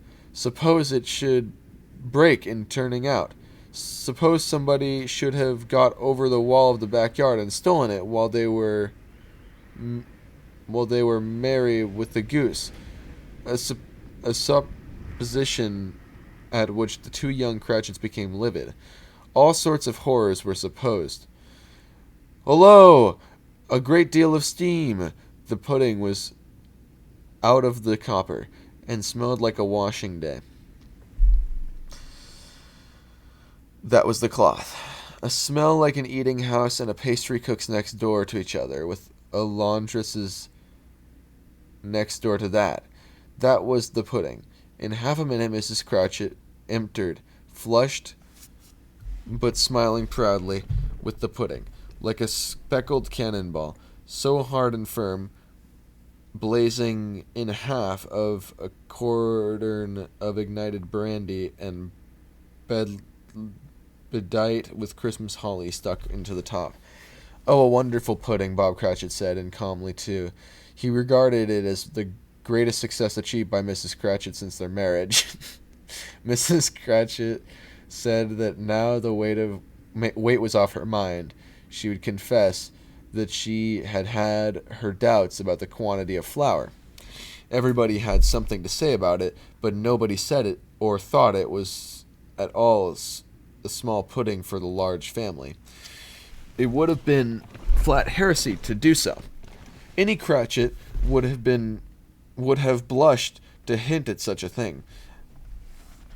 At last the dinner was all done. The cloth was cleared, the hearth swept away, and the fire made up. The compound in the jug being tasted and considered perfect, apples and oranges were put upon the table, and a shovelful of chestnuts on the fire.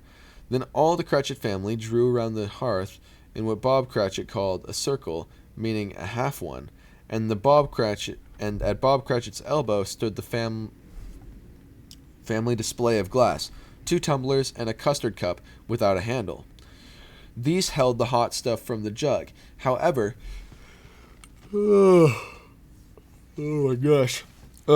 However, as well as golden goblets would have done, and Bob served it out with beaming looks while the chestnuts on the fire sputtered and cracked noisily. Then Bob proposed, "A Merry Christmas to us all, my dears. God bless us." To which the family re-echoed, "God bless us, everyone," said... Wait. God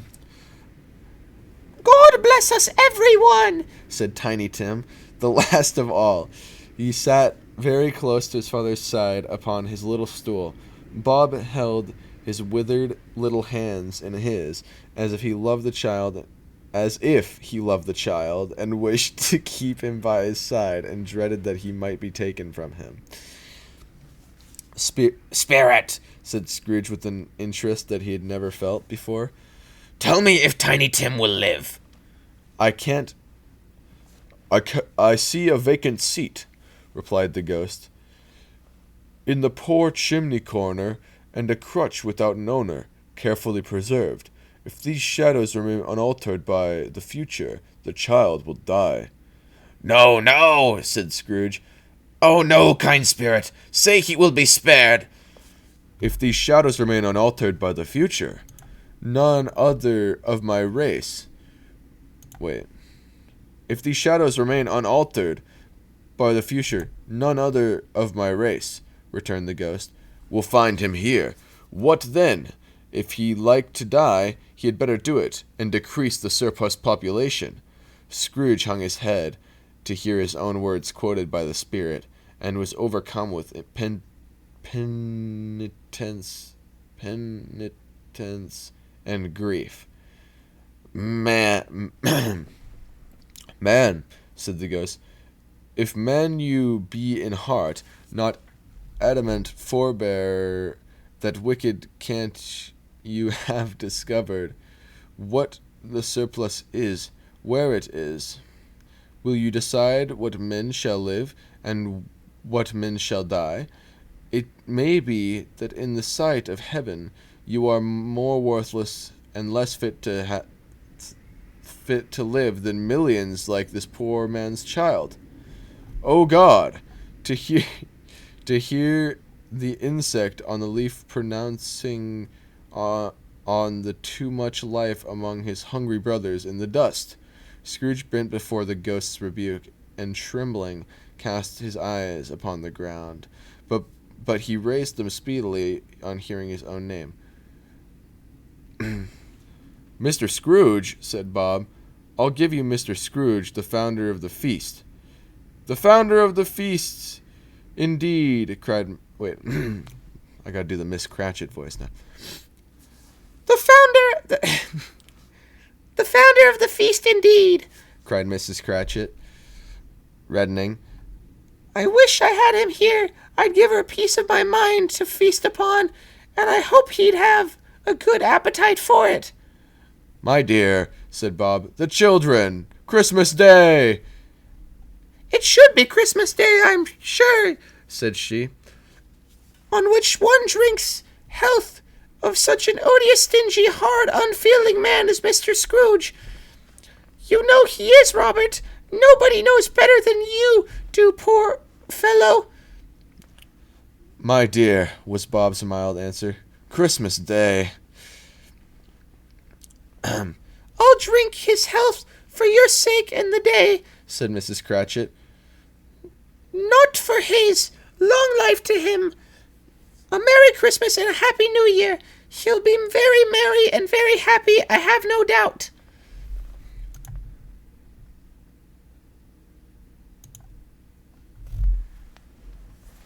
The children drank the toast after her. There was the first of their proceedings which had no heartiness in it. Tiny Tim drank it last of all, but he didn't care twopence for it. Scrooge was the ogre of the family. The mention of his name cast a dark shadow on the party, which was not dispelled for full 5 minutes. After it had passed away, they were 10 minutes merrier than before, from the mere relief of Scrooge, the baleful being done with. Bob Cratchit told them how he had a situation in his eye for Master Peter, which would bring in, if obtained, a full 5 and 6 pence weekly. The two young Cratchits laughed tremendously at the idea of Peter's being a man of business, and Peter himself looked thoughtfully at the fire from between his collars, as if he were deliberating what particular investments he should favor when he came into the receipt of the bewildering income. Martha, who was a poor apprentice at milliner's, then told them what kind of work she had to do, and how many hours she worked at a stretch, and how she meant to lie abed tomorrow morning for a good long rest, tomorrow being a holiday she passed at home. Also, how she had seen a countess and a lord some days before, and how the lord was much as tall as Peter, at which Peter pulled up his collars so high that you couldn't have seen his head if you had been there. All this time, the chestnuts and the jug went round and by they had a song about a lost child traveling in the snow, from Tiny Tim, who had a plaintive little voice, and sang it very well indeed. There was nothing of high remark in this. They were not a handsome family. They were not well dressed. Their shoes were far from being waterproof. Their clothes were scanty, and Peter might have known, and very likely did, the inside of a pawnbroker's. But they were happy, grateful, pleased with one another, and contented with the time. But when they faded, and looked happier yet in the bright sprinklings of the spirit's torch at parting, Scrooge had his eye upon them, and especially on Tiny Tim until the last. By this time it was getting dark, and snowing pretty heavily, and Scrooge and the spirit went along the streets. The brightness of the roaring fires in the kitchens, parlors, and all sorts of rooms was wonderful. Here the flickering of the blue blaze showed preparations for a cozy dinner, with hot plates baking through before the fire, and deep red curtains ready to be drawn and shut out cold and darkness. There are all the children of the houses were running out into the snow to meet their married sisters, brothers, cousins, uncles, aunts, and to be the first to greet them. Here again were the shadows on the window blind of guests assembling, and there a group of handsome girls, all hooded and fur-booted, and all chattering at once, tripped lightly off to some near neighbor's house, where woe upon the single man who saw them enter, artful witches. Well, they knew it in a glow. But if you had judged from the numbers of people on their way to friendly gatherings, you might have thought that no one was home to give them welcome while they got there. Instead of every house expecting company and piling up its fires half chimney high. Blessings on it! How the ghost exulted! How it bared its breadth of breast, and opened its capacious palm, and floated on, outpouring with a generous hand its bright and harmless mirth on everything within its reach.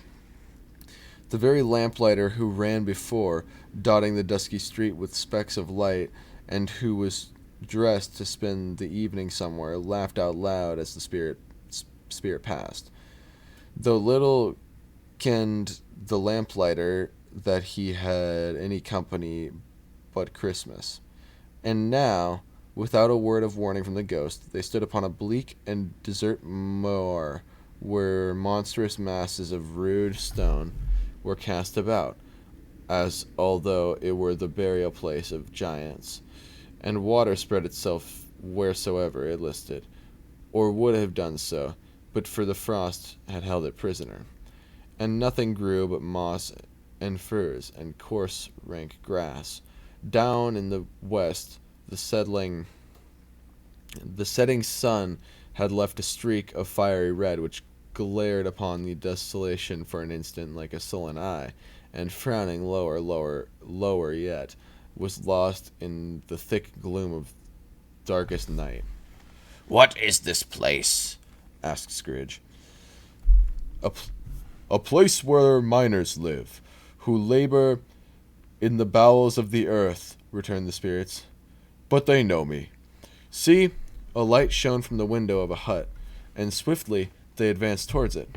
Passing through the wall of mud and stone, they found a cheerful company assembled round a glowing fire. An old man, woman with their children, and their children's children, and another generation beyond that, all decked out in their gaily holiday attire. The old man, in a voice that seldom rose above the howling of the wind upon the barren waste, was singing them a Christmas song, and it had been a very old song when he was a boy, and from time to time they all joined in the chorus. So surely as they raised their voices, the old man got his quite blithe and loud, and so surely as they stopped, his vigor sank again. The spirit did not tarry here, but bade Scrooge hold his robe, and passing on above the moor, sped whither? Not to the sea, to see Scrooge's horror. Looking back, he saw the last of the land, a frightful range of rocks behind them, and his ears were deafened by the thundering water as it rolled and roared and raged among the dreadful caverns it had worn, and fiercely tried to undermine the earth. Built upon a dismal reef of sunken rock, some league or so from a shore, and on which the waters chafed and dashed, the wild year through there stood a solitary lighthouse. Great heaps of seaweed clung to its base, and storm birds, born of the wind, one might suppose, as the seaweed of the water, rose and fell about it, like the waves they had skimmed. But even here 2 men who watched the light had made a fire that through the loophole in the thick stone wall shed out a ray of brightness on the awful sea. Joining their horny bands over the rough table at which they sat, they wished each other Merry Christmas in their can of grog, and one of them, the elder too, with his face damned and scarred with yard weather, as the figure of an old ship might be struck up a sturdy song that was like a gale in itself. Again the ghost sped on above the black and heaving sea, on until far away, as he told Scrooge, from any shore they lighted on a ship. They stood beside the helmsman at the wheel, the look out in the bow, the officers who had the watch, dark, ghostly figures in their several stations, but every man among them hummed a Christmas tune, or had a Christmas thought, or spoke below his breath to his companion of some bygone Christmas day, with homeward hopes belonging to it.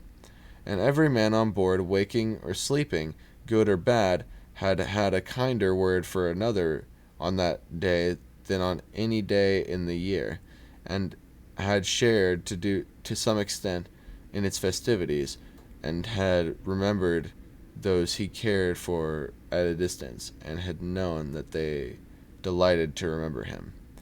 It was a great surprise to Scrooge, while listening to the moaning of the wind, and thinking what a solemn thing it was to move through the lonely darkness over an unknown abyss whose depths were secrets profound as death. It was a great surprise to Scrooge, while thus engaged, to hear a hearty laugh.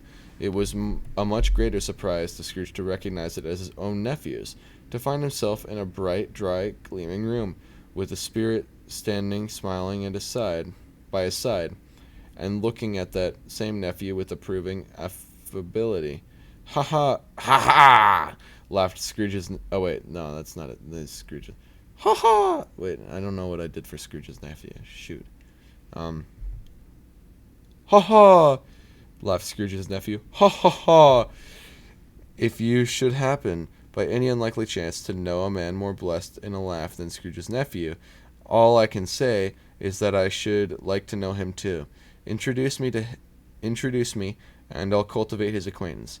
It is fair, even-handed, noble adjustment of things, that while there is infection in disease and sorrow, there is nothing in the world so irresistibly contagious as laughter and good humor. When Scrooge's nephew laughed in his way, holding his sides, rolling his head, and twisting his face into the most extravagant contractions, Scrooge's niece by marriage laughed as heartily as he, and their assembled friends, being not a bit behindhand, roared out lustily. "Ha ha ha ha ha ha ha!" He said that Christmas was a humbug. He said that Christmas was a humbug, as I live, cried Scrooge's nephew. He believed it, too. More shame for him, Fred, said Scrooge's niece, indignantly. Bless those women. They never do anything halves. They're always earnest. She was very pretty, exceedingly pretty, with a dimpled, surprised-looking, capital face, a ripe little mouth that seemed made to be kissed. Ugh. And no doubt it was. All kinds of good little dots about her chin that melted into one another when she laughed, and the sunniest pair of eyes that you ever saw in any little creature's head. Altogether, she was what you would have called provoking, you know, but satisfactory too. Oh, perfectly satisfactory. He's a comical old fellow, said Scrooge's nephew. That's the truth, and not so pleasant as he might be. However, his offenses carry their own punishment, and I have nothing to say against him. Oh, wait, shoot. I'm sure he's very rich, Fred, hinted Scrooge's niece. At least you always tell me so. What of that, my dear? Said Scrooge's nephew. His wealth is no use of him. He don't do any good with it. He doesn't make himself comfortable with it. He hasn't the satisfaction of thinking, ha ha ha, that he is ever going to benefit us with it. I have no patience with him, observed Scrooge's nephew, Scrooge's niece. Scrooge's niece's sisters and all the other ladies expressed the same opinion. Oh, I have, said Scrooge's nephew. I am sorry for him. I couldn't be angry with him if I tried. Who suffers by his ill whims? Himself, always. Here, he takes it into his head to dislike us, and he won't come and dine with us. That's the consequence. He don't lose much of a dinner. Indeed, I think he loses a very good dinner, interrupted Scrooge's niece. Everybody else said the same, and they must be allowed to have competent judges. They must be allowed to have been competent judges, because they had just had dinner, and with the dessert upon the table, were clustered by the fire by lamplight. Well, I am very glad to hear it, said Scrooge's nephew, because I haven't any great faith in these young housekeepers. What you say, Topper? Topper had clearly got his eye upon one of Scrooge's niece's sisters, for he had answered that a bachelor was a wretched outcast who had no right to express an opinion on the subject. whereat Scrooge's niece's sister, the plump one with the lace tucker, not the one with roses, blushed. Go on, Fred, said Scrooge's niece, clapping her hands. he never finishes what he begins to say. He is such a ridiculous fellow.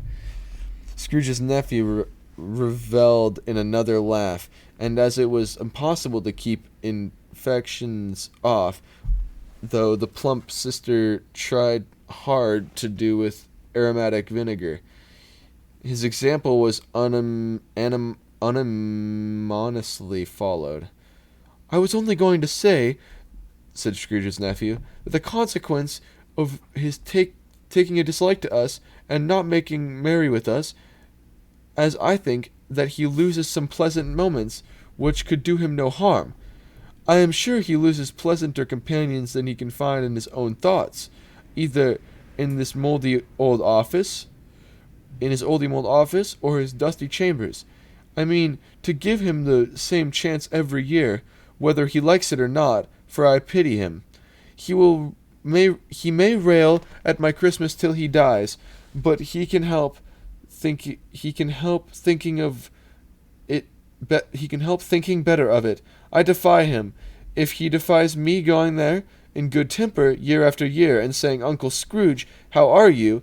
if that only puts him into the vein to leave this poor clerk £50, that's something. And then wait, and I think I shook him yesterday." It was their turn to laugh now, at the notion of his shaking Scrooge. But, being thoroughly good-natured and not much caring what they laughed at, so that they laughed at any rate, he encouraged them in their moment and passed the bottle joyously. After tea, they had some music. For they were a musical family.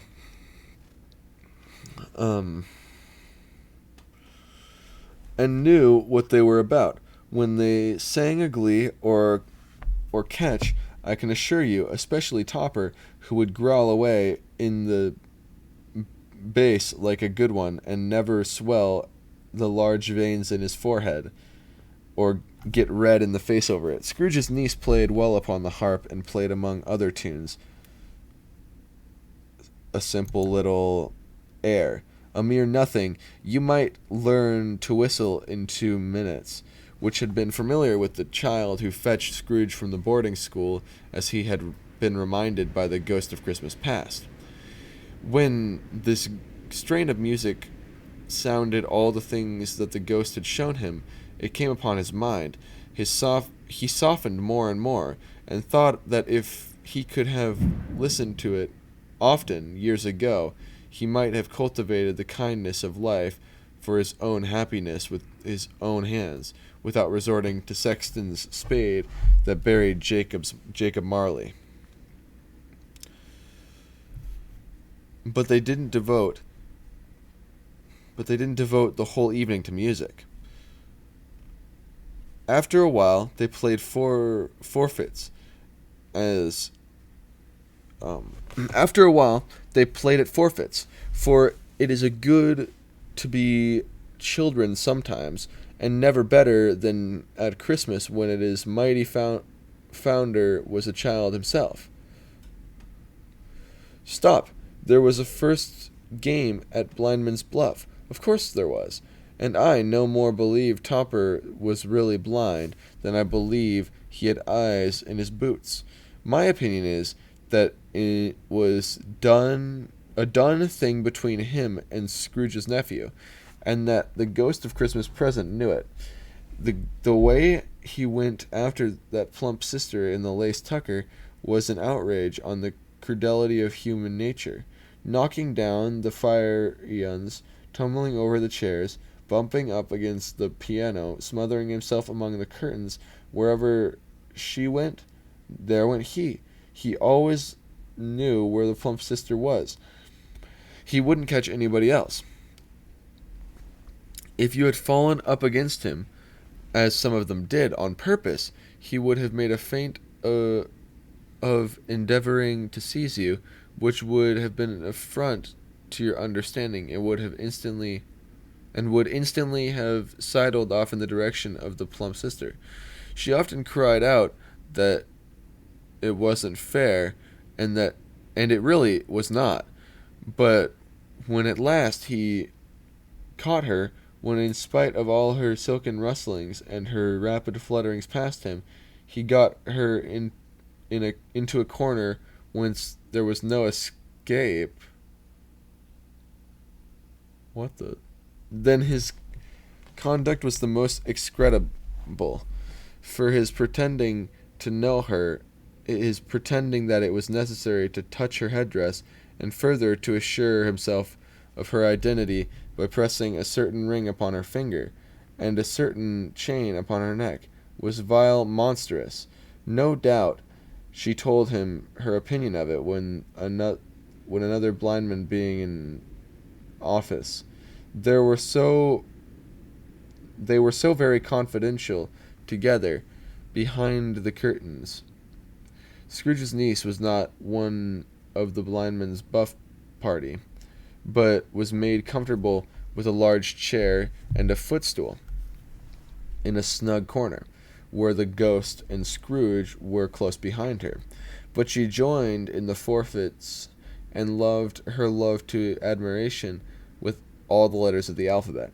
Likewise, at the game of how, when, and where, she was very great, and to the secret joy of Scrooge's nephew, beat her sisters hollow. Though there were sharp girls too, as Topper could have told you, there might have been 20 people there, young and old, but they all played, and so did Scrooge, for wholly forgetting in the interest he had in what was going on, that his voice made no sound in their ears, and he sometimes came out with his guess quite loud, and very often guessed right too. For the sharpest needle, best Whitechapel, warranted not to cut in the eye, was not sharper than Scrooge, blunt as he took it in his head to be. The ghost was greatly pleased to find him in this mood, and looked upon him with such favor that he begged, like a boy, to be allowed to stay until the guest departed. But the spirit said could not be done. Here is a new game, said Scrooge. 1/2 hour spirit. Only one. It was a game called Yes and No, where Scrooge's nephew had to think of something, and the rest must find out what. He only answering to their questions, yes or no, as the case was. The brisk fire of questioning to which was exposed elicited from him that he was thinking of an animal, a live animal, rather than a disagreeable animal, a savage animal, an animal that growled and grunted sometimes, and talked sometimes, and lived in London, and wasn't about the streets, and wasn't made a show of, and wasn't led by anybody, and didn't live in menagerie, and was never killed in a market, and was not a dog, a horse, or an ass, or a cow, or a bull, or a tiger, or a dog, or a pig, or a cat, or a bear. At every fresh question that was to put him, this nephew burst into a fresh roar of laughter, and was so inexpressibly tickled that he was obliged to get up off the sofa and stamp. At the last, plump sister, falling into a similar state, cried out, I have it found! Wait, I've found it out! I know what it is! Fred, I know what it is! What is it? Cried Fred. It's your Uncle Scrooge! Which it certainly was. Admiration was the universal sentiment, though some objected that the reply to is it a bear ought to have been yes, inasmuch as an answer to the negative was sufficient to have diverted their thoughts from Mr. Scrooge, supposing they had ever had any tendency that way. He has given us plenty of merriment, I am sure, said Fred. And it would be ungrateful not to drink his health. Here is a glass of muddled wine ready to our hand at the moment. I say, Uncle Scrooge! Well, Uncle Scrooge! A Merry Christmas and a Happy New Year. To the old man, wherever he is, said Scrooge's nephew. He wouldn't take it from me, but he may have it nevertheless. Uncle Scrooge! Uncle Scrooge had imperceptibly become so gay and light of heart that he would have pledged the unconscious company in return and thanked them in an unaudible speech if the ghost had given him time. But the whole scene passed off in the breath of the last words spoken by the nephew, and the spirit were again upon their travels. Much they saw, and far they went, and many houses they visited, but always with a happy end. The spirit stood behind sick beds, and they were cheerful. On foreign lands, and they were close at home. By struggling men, and they were patient in their great hope. By poverty, and it was rich. In an almshouse, hospital, in a jail, in a misery's every refuge, where vain man in his little brief authority had not made fast the door and barred the spirit out. He left his blessing and taught Scrooge his precepts. It was a long night, if it were only a night, but Scrooge had his doubts of this, because Christmas holidays appeared to be condensed into the space of time they passed together. It was strange, too, that Scrooge remained unaltered in his outward form. The ghost grew older, clearly older. Scrooge had observed this change, but never spoke of it until they left a children's 12th night party, when looking at the spirit as they stood together in an open space, he noticed that its hair was gray. Our spirits' lives... Sorry, I got it. Scrooge voice. Are spirits' lives so short? Asked Scrooge. My life upon this globe is very brief, replied the ghost. It ends tonight. Tonight? Cried Scrooge. Tonight at midnight. Hark! The time is drawing near. The chimes were ringing the 11:15 at that moment. Forgive me if I am not justified in what I ask, said Scrooge, looking intently at the spirit's robe. But I see something strange and not belonging to yourself protruding from your skirts. Is it a foot or a claw? Is it a foot or a claw? It might be a claw, for the flesh there is upon it, was the spirit's sorrowful reply. Look here. From the foldings of his robe he brought 2 children. From the foldings of his robe it brought 2 children, wretched, abject, frightful, hideous, miserable. They kneeled down at his feet and clung upon the outside of his garment. Oh, man, look here, look down here, exclaimed the ghost. They were a boy and girl, yellow, meager, ragged, scowling wolfish, but prostrate too, in their humility, where graceful youth should have filled their features out and touched them in their freshest tints. A stale, shriveled hand, like that of age, pinched and twisted them, and pulled them into shreds. Where angels might have sat enthroned, devils lurked, and glared out menacingly. No change, no degradation, no perversion of humanity in any grade through all the miseries of wonderful creation, has monsters half so horrible and dread. Scrooge started back appalled, having them shown to him in this way.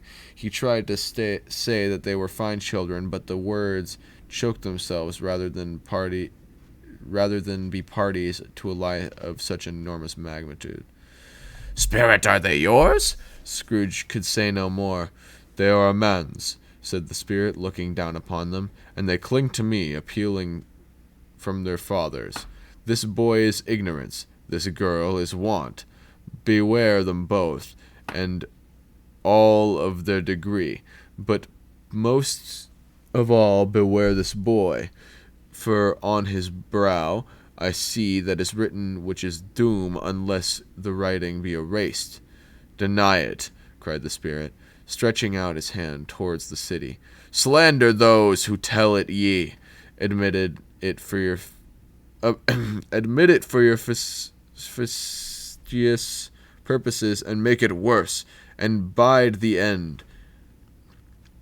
Have they no refuge or resource? Cried Scrooge. There are no prisons. Are there no prisons? Said the spirit, turning on him the last time with his own words. Are there no workhouses? The bell struck 12. Scrooge looked about for the ghost and saw it not. As the last stroke ceased to vibrate, he remembered the prediction of old Jacob Marley, and lifting up his eyes, beheld a solemn phantom, draped and hooded, coming like mist along the ground towards him.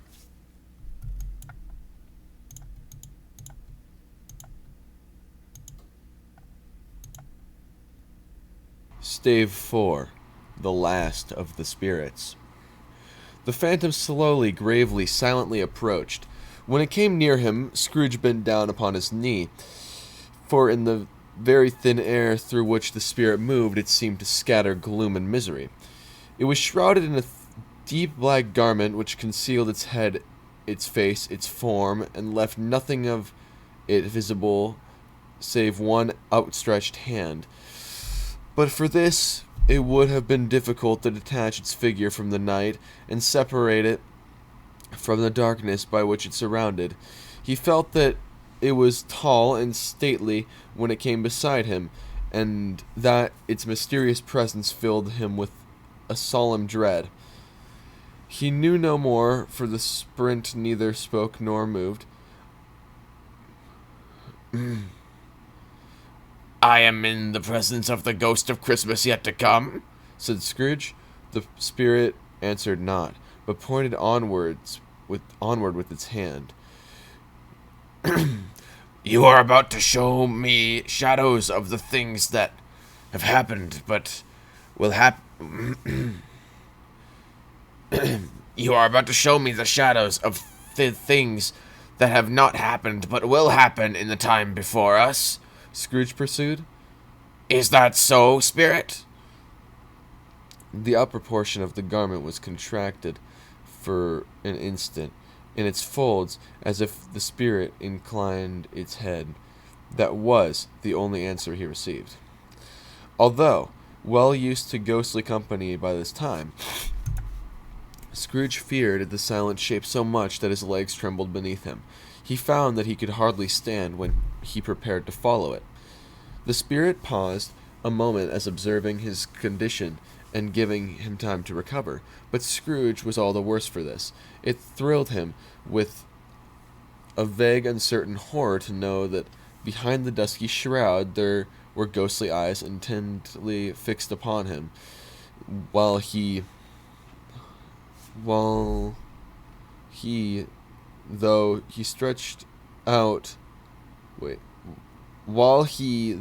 stretched his own to the utmost, could see nothing but a spectral hand of one great heap of black. Ghost of the future, he exclaimed, I fear you more than any spectre I have seen, but as I know your purpose is to do me good, and as I live to be another man from what I was, I am prepared to bear your company, and do it with a thankful heart. Will you not speak to me? It gave him no reply. The hand was pointed straight before them. Lead on, said Scrooge. Lead on, the night is waning fast, and it is precious time to me now. To me, I know. Lead on, spirit. The phantom moved away, as it had come towards him. Scrooge followed the shadow of its dress, which bore him up. He thought he carried him along. They scarcely seemed to enter the city, for the city rather seemed to spring up about them, and encompass them of its own act. But there they were, in the heart of it, on 'Change, amongst the merchants, who hurried up and down and clinked the money in their pockets, and conversed in groups, and looked at their watches, and trifled thoughtfully, with their gold seals and so forth, as Scrooge had seen them often. The spirit stopped beside one little knot of businessmen, observing that the hand was pointed to them. Scrooge advanced to listen to their talk. "No," said a fat man with a monstrous chin. "I don't know much about it either way. I only know he's dead." "When did he die?" inquired another. "Last night, I believe." "What was the matter with him?" asked a third, taking a vast quantity of snuff out of a very large snuff box. "I thought he'd never die." "God knows," said the first with a yawn. "What has he done with all his money?" asked a red-faced gentleman with a pendulous excrescence on the end of his nose that shook like the gills of a turkey cock. "I haven't heard," said the man with the large chin, yawning again. "Left it to his company, perhaps. He hasn't left it to me, that's all I know." This pleasantry was received with a general laugh. "It's likely gonna be a very cheap funeral," "It's likely to be a very cheap funeral," said the same speaker, "for, upon my life, I don't know of anyone to do it. Suppose we make up a party and volunteer." "I don't mind going if lunch is provided," observed the gentleman with the excrescence on his nose. "But I must be fed if I make one." Another laugh. "Well, I am the most disinterested among you all," said the first speaker, "for I never wear black gloves, and I never eat lunch. But I'll offer to go if anyone else will. When I come to think of it, I'm not all that sure I wasn't his most particular friend, or we used to stop and speak whenever we met. Bye-bye." Speakers and listeners strolled away and mixed with other groups. Scrooge knew the men and looked towards the spirit for an explanation. The phantom glided into a street. Its finger pointed to two persons meeting. Scrooge listened again, thinking that the explanation might lie here. He knew the men also perfectly. They were men of business, very wealthy and of great importance. He had made a point always of standing well in their esteem in a business point of view, that is. Strictly in a business point of view. "How are you?" said one. "How are you?" said the other. "Well," said the first one, "Old Scratch has got his own at last, eh?" "So I'm told," returned the second. "Cold, isn't it?" "Seasonable for Christmas time." "You're not a skater, I suppose?" No. Something else to think of. Good morning." Not another word. That was their meeting, their conversation, and their parting. Scrooge was at first inclined to be surprised that the spirit would attach importance to conversations apparently so trivial but fleeting, assured that they must have some hidden purpose. He set himself to consider what it was likely to be. They could scarcely be supposed to have any bearing on the death of Jacob, his old partner, for that was past, and this ghost province was the future.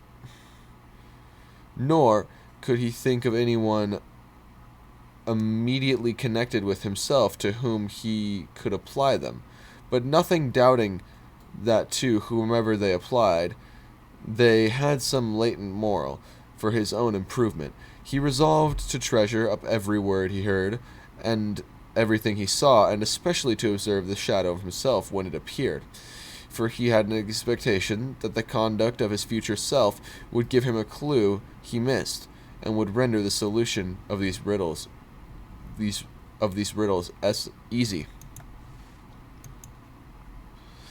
He looked about in that very place for his own image, but other man stood in his accustomed corner, and though the clock pointed to his usual time of day for being there, he saw no likeness of himself among the multitudes that poured in through his porch. It gave him a little surprise, however, for he had been revolving in his mind a change of life, and thought and hoped that he saw his newborn resolutions carried out in this. Quiet and dark, beside him stood the phantom, with its outstretched hand. When he roused himself from his thoughtful quest, he fancied from the turn of the hand, and its situation in reference to himself, and the unseen eyes were looking at him keenly. It made him shudder and feel very cold. They left the busy scene and went to an obscure part of the town where Scrooge had never penetrated before. Although he recognized the situation and its bad repute, the ways were foul and narrow, the shops and houses wretched, the people half-naked, drunken, slipshod, ugly. Alleys and archways, like so many cesspools, disgorged their offences of smell and dirt and life upon the straggling streets, and the whole quarter reeked with crime, with filth, with filth and misery. Far from this din of infamous resort, there was a low-browed, beetling shop below a penthouse roof, where iron, old rags, bottles, bones, and greasy offal were bought. Upon the floor within were piled up heaps of rusty keys, nails, chains, hinges, files, scales, weights, and refuse iron, all kinds. Secrets that few would likely to scrutinize were bred and hidden in mountains of unseemly rags, masses of corrupted fat, and sepulchres of bones. Sitting in among the wares he dealt in by a charcoal stove made of old bricks was a gray-haired rascal, nearly 70 years of age, who had screened himself from the cold air without by a frowsy curtaining of miscellaneous tatters hung upon a line, and smoked his pipe in all the luxury of calm retirement. Scrooge and the Phantom came into the presence of this man just as a woman with a heavy bundle slunk into the shop, but she had scarcely entered when another woman, similarly laden, came in too. She was closely followed by a man in faded black, who was no less startled by the sight of them than they had been upon the recognition of each other. After a short period of blank astonishment, in which the old man with the pipe had joined them, they all three burst into a laugh. "Let the chairwoman alone to be the first," cried she who had entered first. "Let the laundress alone be the second, and let the undertaker's man alone to be the third. Look here, old Joe, here's the chance. If we haven't all three met here without meaning it." "You couldn't have met in a better place," said old Joe, removing his pipe from his mouth. "Come into the parlor. You weren't made free of it so long ago, you know. And the other two ain't strangers. Stop till I shut the door of the shop. Ah, how it squeaks! There ain't such a rusty bit of metal in the place as its own hinges. I believe, and I'm sure, that there's no such old bones here as mine. Aha! We're all suitable to our calling, and we're all matched. Come into the parlor. Come into the parlor." The parlor was the space behind the screen of old rags. The old man raked the fire together with an old stair rod, and having trimmed his smoky lamp for it was night, with the stem of his pipe, put it in his mouth again. While he did this, the woman who had already spoken threw her bundle on the floor and sat down in a flaunting manner on a stool, crossing her elbows on her knees, and looking with a bold defiance at the other two. "What odds, then? What odds, Miss Dilber?" said the woman. "Every person has a right to take care of himself. He always did." "That's true indeed," said the laundress. "No man more so." "Then why don't you Why then don't stand staring as if you was afraid, woman? Who's the wiser? We're not going to pick holes in each other's coats, I suppose. No, indeed, said Miss Dilber and the man together. We should hope not. Well, very well, then, cried the woman. That's enough. Who's the worse for the loss of a few things like these? Not a dead man, I suppose. No, indeed, said Mrs. Dilber, laughing. If he wanted to keep him after he was dead, a wicked old screw, pursued the woman, why wasn't he natural in his lifetime? If he had been, if he'd have had somebody to look after him when he was struck with death, instead of lying gasping out his last there, alone by himself. It's the truest word that was ever spoke, said Mrs. Dilber. It's a judgment on him. I wish it were a little heavier judgment, replied the woman. And it should have been you may depend upon it. If I could have laid hands on anything else, open that bundle, old Joe, and let me know the value of it. Speak out plain. I'm not afraid to be the first, nor afraid for them to see it. We knew pretty well that we were helping ourselves before we met here. I believe it's no sin. Open the bundle, Joe. But the gallantry of her friends would not allow this, and the man faded black. Mounting the breech first, produced his plunder. It was not extensive. A seal or two, a pencil case, a pair of sleeve buttons, a brooch of no great value, were all.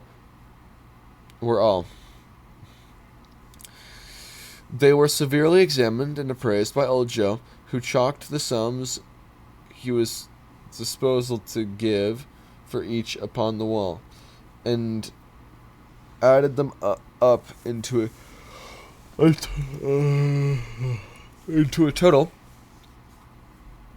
When he found that there was nothing more to come.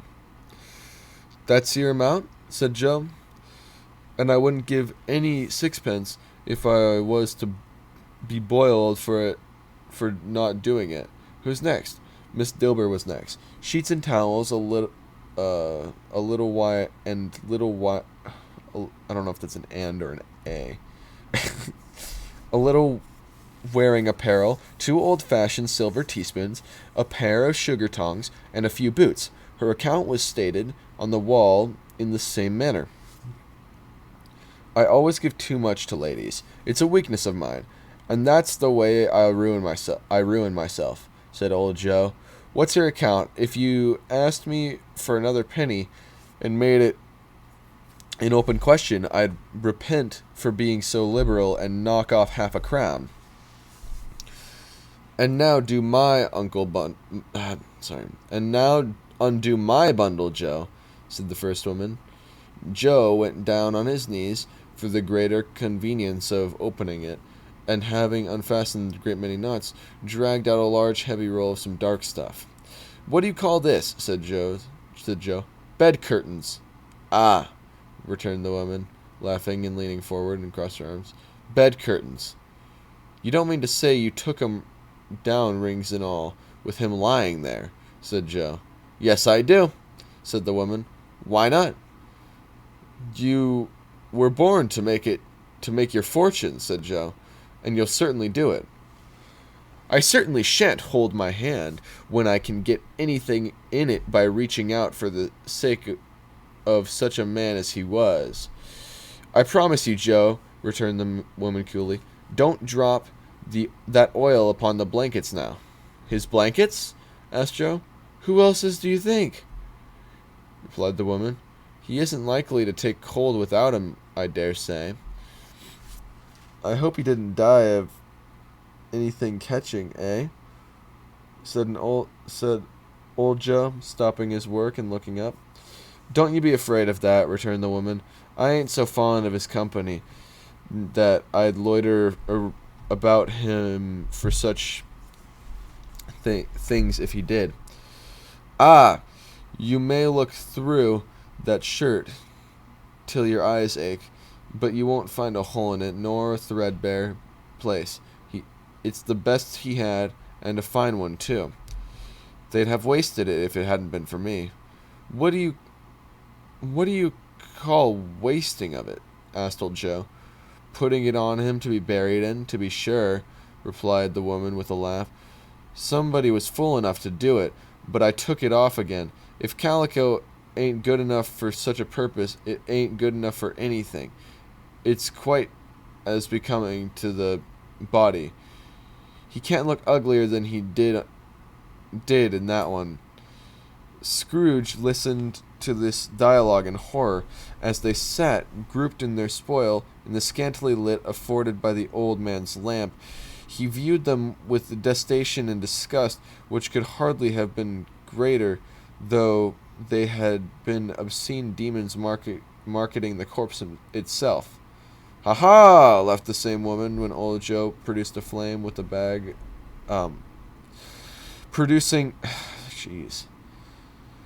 Left the same woman when old Joe produced a flannel bag with money in it, told out their several gains, deducing gains upon the ground. This is the end of it. This is the end of it, you see. He frightened everyone away from him when he was alive, to profit us when he was dead. Ha ha! Spirit, said Scrooge. Spirit, said Scrooge, shuddering from head to foot. I see. The case of this unhappy man might be my own. My life tends that way now. Merciless heaven, what is this? He recoiled in terror, for the scene had changed, and now he almost touched a bed, a bare, uncurtained bed, on which beneath a ragged sheet there lay something covered up, which, though it was dumb, announced itself in awful language. The room was very dark, too dark to be observed with any accuracy, though Scrooge glanced around it in obedience to a secret impulse, anxious to know what kind of room it was. A pale light rising in the outer air fell straight upon the bed, and on it, plundered and bare, unwatched, unwept, uncared for, was the body of this man. Scrooge glanced towards the phantom. Its steady hand was pointed to the head. The cover was so carelessly adjusted that the slightest raising of it, the motion of a finger upon Scrooge's part, would have disclosed the face. He thought of it, felt how easy it would be to do, and longed to do it, but he had no more power to withdraw the veil than to dismiss the spectre at his side. O cold, rigid, dreadful death, set up thine altar here, and dress it with such terrors as thou hast at thy command. For had thou canst not turn one hair to thy dread purposes, or make one feature odious. It is not that the hand is heavy, and will fall down when released.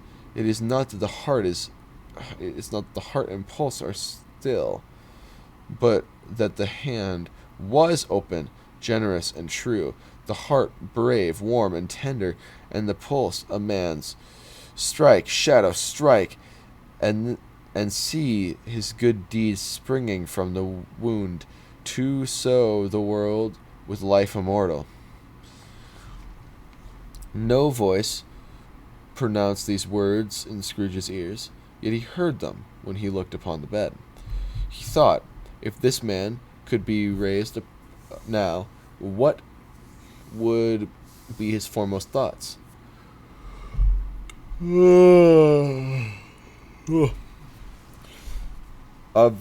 Avarice, hard, avarice? I don't know. Avarice, hard-dealing, gripping cares. They have brought him to a rich end, truly. He lay in the dark, an empty house, with not a man, a woman, or a child to say, he was kind to me in this or that, and for the memory of one kind where I will be kind to him. A cat was tearing at the door, and there was a sound of gnawing rats beneath the hearthstone, and they wanted in the room of death, and why they were so restless and disturbed, Scrooge did not dare to think. "Spirit," he said, "this is a fearful place. In leaving it, I shall not leave its lesson. Trust me. Let us go." Still, the ghost pointed with an unmoved finger to the head. "I understand you," Scrooge returned, "and I would do it if I could, but I have not the power, Spirit. I have not the power." Again, it seemed to look at him. If there is any person in the town who feels emotion caused by this man's death," said Scrooge, quite agonized. "Show that person to me, Spirit. I beseech you." The phantom spread its dark robe before him, a moment like a wing, and withdrawing it revealed a room by daylight where a mother and her children were. She was expecting someone, and with anxious eagerness. She was expecting someone with anxious eagerness, for she walked up and down the room, started at every round, looked out from the window, glanced at the clock, tried, but in vain, to work with her needle, and could hardly bear the voices of the children in their play. At length, the long-expected knock was heard. She hurried to the door, and met her husband, a man whose face was careworn and depressed, though he was young. There was a remarkable expression in it now, a kind of serious delight which he felt ashamed, and which he struggled to repress. He sat down to dinner that had been hoarding for him by a fire, and when she asked him faintly what news, which was not after a long silence, he appeared to be embarrassed how to answer. Is it good?" she said, "or bad?" to help him. "Bad," he answered. "We are quite ruined?" "No. There is hope yet, Caroline." If he relents," she said, amazed, "there is nothing past hope. If such a miracle has happened—" "He was past relenting," said her husband. "He is dead." She was a mild and patient creature, if her face spoke truth, but she was thankful in her soul to hear it, and she said so. With clasped hands, she prayed forgiveness, and the next moment and was sorry. But the first was the emotion of her heart.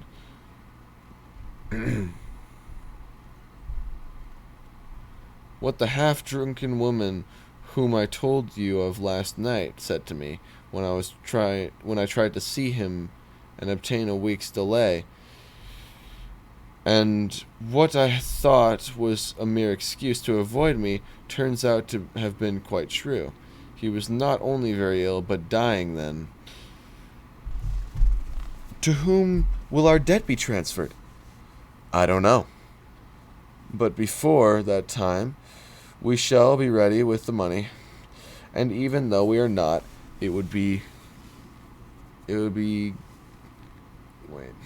bad fortune indeed to find so merciless a creditor in his successor. We may sleep tonight with light hearts, Caroline. Yes, soften it as they would, their hearts were lighter. The children's faces, hushed and clustered round to hear what they so little understood, were brighter, and it was a happier house for this man's death. The only emotion that the ghost could show him, caused by the event, was the one of pleasure.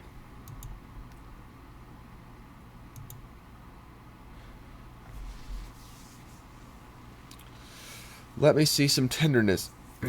"Let me see some tenderness connected with death," said Scrooge. or that dark chamber spirit which we left just now will be forever present to me. The ghost conducted him through several streets familiar to his feet, and as they went along, Scrooge looked here and there to find himself, but nowhere was he to be seen. They entered poor Bob Cratchit's house, the dwelling he had visited before, and found the mother and the children to be seated around the fire, quiet, very quiet. The noisy little Cratchits were as still as statues in one corner, and sat looking up at Peter, who had a book before him. The mother and her daughters were engaged in sewing, but surely they were very quiet.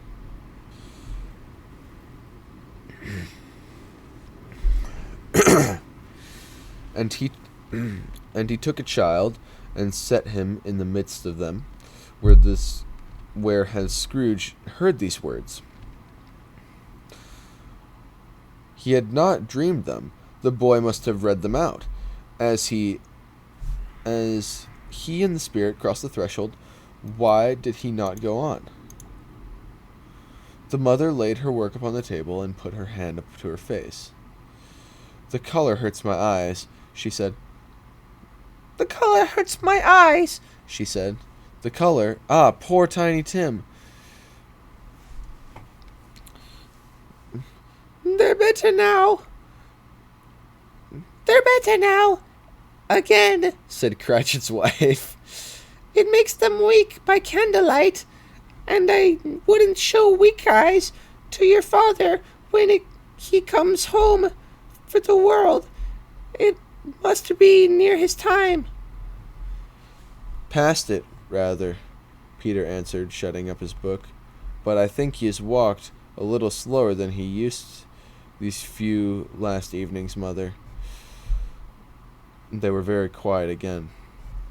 At last, she said, in a steady, cheerful voice that only faltered once, "I have known walk with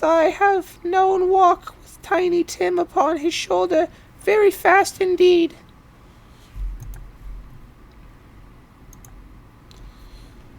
"And so have I," cried Peter, "often." "And so have I," cried another. So had all. But he was so light, very light to carry," she resumed, intent upon her work. "And his father loved him so, that it was no trouble, no trouble. And there is your father at the door." She hurried out to meet him, and little Bob in his comforter. He had need of it. Poor fellow, come in. Poor fellow came in. His tea was ready for him on the hob, and they all tried who should keep him to it most. Then the two young Cratchits got upon his knees and laid each child a little cheek against his face, as if they said, "Don't mind it, father. Don't mind it, father. Don't be grieved." Bob was very cheerful with them, and spoke pleasantly to all the family. He looked at the work upon the table, and praised the industry and speed of Mrs. Cratchit and the girls. They would be done before Monday. They would be done long before Sunday, he said. "Sunday? You went today, then, right, Robert?" said his wife. "Yes, my dear," returned Bob. "I wish you could have gone. It would have done you good to see how great a place it is, but you'll see it often. I promised him that I would walk there on Sunday." "My little child," cried Bob. "My little child." He broke down all at once. He couldn't help it. If he could have helped it,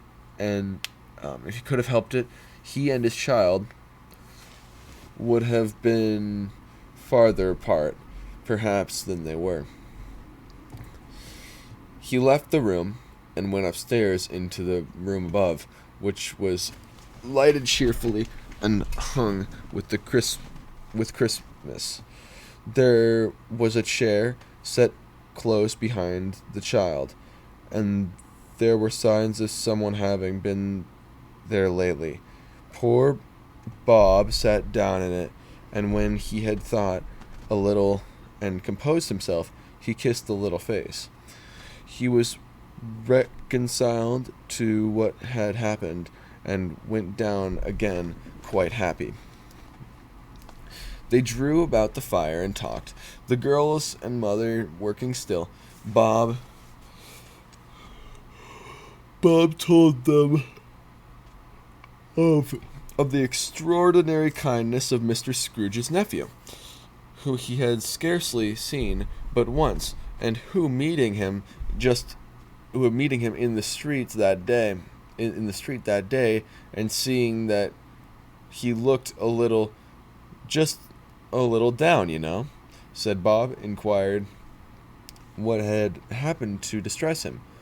On which, said Bob, for he is the pleasantest spoken gentleman you've ever heard, I told him, I am heartily sorry for it, Mr. Cratchit, he said. I'm heartily sorry for your good wife. By the by, how he ever knew that, I don't know. Knew what, my dear? Knew what, my dear? Sorry, I didn't do the voice. Knew what, my dear? Why, that you were a good wife, replied Bob. Everybody knows. Oh, wait. Everybody knows that, said Peter. Very well observed, my boy, cried Bob. I hope they do. Heartily sorry, he said, for your good wife. If I can be of service to you in any way, he said, giving me his card, that's where I live. Pray come to me. Now it wasn't, cried Bob. For the sake of anything he might be able to do for us, so much as for his kind way, that this was quite delightful. It really seemed as if he had known our Tiny Tim and felt with us. I'm sure he's a good soul, said Mrs. Cratchit. You would be sure of it, my dear, returned Bob, if you saw and spoke to him. I shouldn't be all surprised, mark what I say, if I got Peter a better situation. Only hear that, Peter? Said Mrs. Cratchit. And then, cried one of the girls, Peter will be keeping company with someone and setting up for himself. Get along with you, resorted Peter, grinning.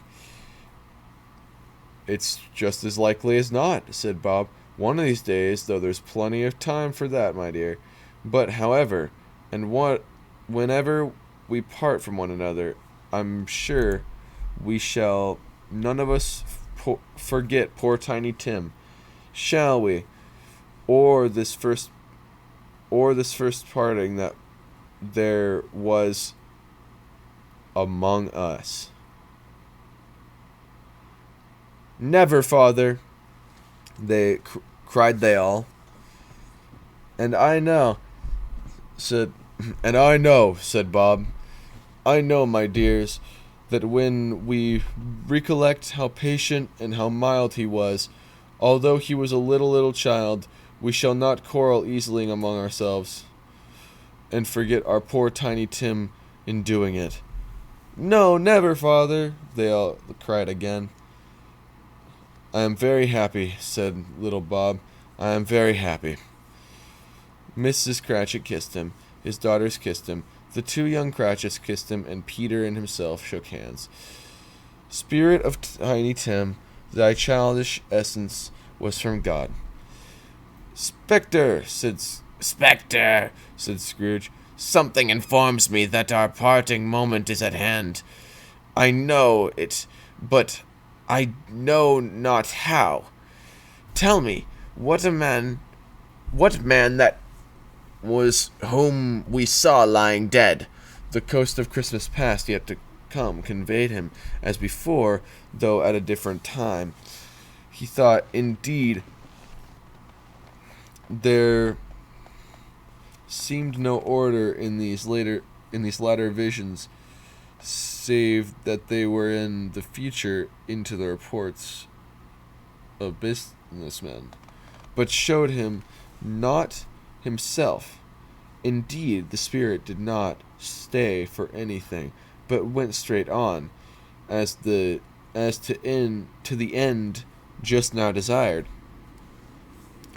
until besought by Scrooge to tarry for a moment. This court, said Scrooge, through which we hurry now, is where my place of occupation is. It has and has been for a length of time. I see the house. Let me behold what I shall be in days to come. The spirit stopped. The hand was pointed elsewhere. The house is yonder, Scrooge exclaimed. Why do you point away? The exonerable finger underwent no change. Scrooge hastened to the window of the office and looked in. It was an office still, but not his.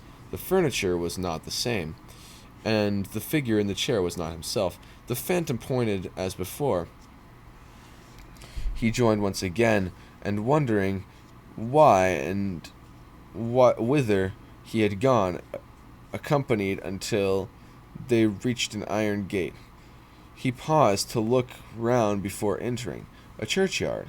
Here, then, the wretched man whose name he had now to learn lay underneath the ground. It was a worthy place, walled by houses, overrun by grass and weeds, the growth of vegetation, its death, but not life, choked up with too much burying, fat and repleted appetite, a worthy place. The spirit stood among the graves and pointed down to one. He advanced towards it, trembling. The phantom was exactly as it had been, but he dreaded that he saw new meaning in its solemn shape. Before I draw nearer to that stone in which you point, said Scrooge, answer me one question. Are these the shadows of the things that will be, or are they the shadows of the things that may be only? Still the ghost pointed toward the grave by which it stood. Men's courses will foreshadow certain ends to which if perceived in, they must lead, said Scrooge. But if the course be parted from, the ends will change. Say as though with what you show me. The spirit was immovable as ever. Scrooge crept towards it, trembling as he went, and following the finger, read upon the stone of the neglected grave his own name, Ebenezer Scrooge. Am I that man who lay upon the bed? He cried upon his knees. The finger pointed from the grave to him and back again. No, spirit! Oh, no, no! The finger was still there. Spirit, he cried, clutching his robe. Hear me! I am not the man I was.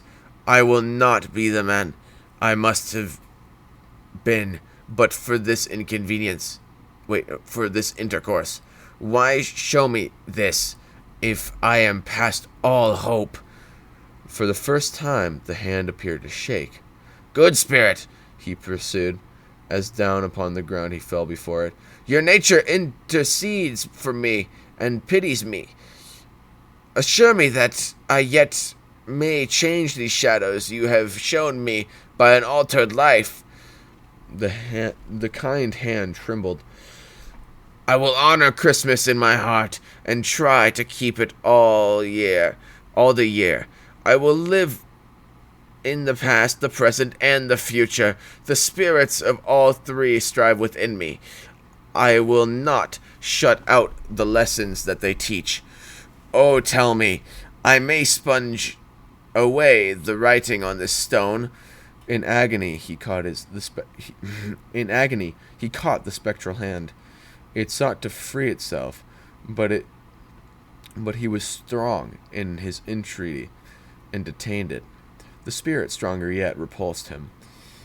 Holding up his hands in a last prayer to have his fate reversed, he saw an altercation in the phantom's hood and dress. It shrank, collapsed, and dwindled down into a bedpost. Stave 5. The end of it. Yes, and the bedpost was his own. The bed was his own. The room was his own. The best and happiest of all, the time before him was his own, to make amends in. I will live in the past, the present, and the future, Scrooge repeated as he scrambled out of bed. The spirits of all three strive within me. O Jacob Marley, heaven and the Christmas time be praised for this. I say it on my knees, old Jacob, on my knees. He was so fluttered and so glowing with his good intentions that his broken voice would scarcely answer to his call. He had been sobbing violently in his conflict with the spirit, and his face was wet with tears. They are not torn down, cried Scrooge, folding one of his bed curtains in his arms. They are not torn down, rings and all, bed curtains. Rings and all, they are here, I am here. The shadows of all of the thing that would have been may be dispelled. They will be, I know they will. His hands were busy with his garments all the time, turning them inside out, putting them upside down, and tearing them, mislaying them, making them parties do every kind of extravagance. I don't know what to do, cried Scrooge, laughing and crying in the same breath, and making a perfect I don't know what that word is. I don't know, of himself with his stockings. I am as light as a feather. I am as happy as an angel. I am as merry as a schoolboy. I am as giddy as a drunken man. A Merry Christmas to everyone. Everybody. A Happy New Year to all the world. Hello there. Whoop. Hello. He had frisked into the sitting room and was now standing there perfectly winded. There's the saucepan the gruel was in, cried Scrooge, starting off again, and going round the fireplace. There's the door by which the ghost of Jacob Marley entered. There's the corner where the ghost of Christmas present sat. There's the window where I saw the wandering spirits. It's all right. It's all true. It all happened. Ha ha! Really, for a man who had been out of practice for so many years, it was a splendid laugh, most illustrious laugh. The father of a long, long line of brilliant laughs. I don't know what day of the month it is, said Scrooge. I don't know how long I've been among the spirits. I don't know anything. I'm quite a baby. Never mind. I don't care. I'd rather be a baby. Hello? Whoop! Hello there! He was checked in his transports by the churches ringing out the lustiest peals he had ever heard. Clash, clang, hammer. Ding, dong, bell. Ding, dong, ding. Hammer. Clash, clang. Oh, glorious, glorious! Running to the window, he opened it and put out his head. No fog, no mist, clear, bright, jovial, stirring cold, piping for the blood to dance to. Golden sunlight, heavenly sky, sweet fresh air, merry bells. Oh, glorious, glorious! What's today? Cried Scrooge, calling downward to a boy in Sunday clothes who perhaps had loitered in to look about him. Eh? Eh? Returned the boy with all his might of wonder. What's today, my fine fellow? Said Scrooge. Today? Replied the boy. Why, Christmas Day! It's Christmas Day, said Scrooge himself. I haven't missed it. The spirits have done it all in one night. They can do anything they like. Of course they can. Of course they can. Oh, hello, my fellow. Hello, returned the boy. Do you know the poulterers in the next street, but one at the corner? Scrooge inquired. I should hope I did, replied the lad. An intelligent boy, said Scrooge. A remarkable boy. Do you know whether they've sold the prize turkey that was hanging there? Not the little prize turkey, the big one. The one as big as me? Returned the boy. What a delightful boy, said Scrooge. It's a pleasure to talk to him. Yes, my buck. It is hanging there right now, replied the boy. It is? Said Scrooge. Go and buy it. Walker? Exclaimed the boy. No, said Scrooge. I am in earnest. Go buy it and tell them to bring it here, that I may give them the direction where to take it. Come back with the man, and I'll give you a shilling. Come back with him in less than 5 minutes, and I'll give you half a crown. The boy was off like a shot. He must have had a steady hand at a trigger who could have got a shot off so fast. I'll send it to Bob Cratchit's, whispered Scrooge, rubbing his hands and splitting with a laugh. He shan't know who sends it. It's twice the size of Tiny Tim. Joe Miller never made such a joke as sending it to Bob's will be. The hand in which he wrote the address was not a steady one, but he did somehow, and went downstairs to open the street's door, ready for the coming of the poulterer's man. As he stood there, waiting his arrival, the knocker caught his eye. I shall love it as long as I live, cried Scrooge, patting it with his hand. I scarcely ever looked at it before. What an honest expression it has in its face. It's a wonderful knocker. Here's the turkey. Hello, Whoop, how are you? Merry Christmas. It was a turkey.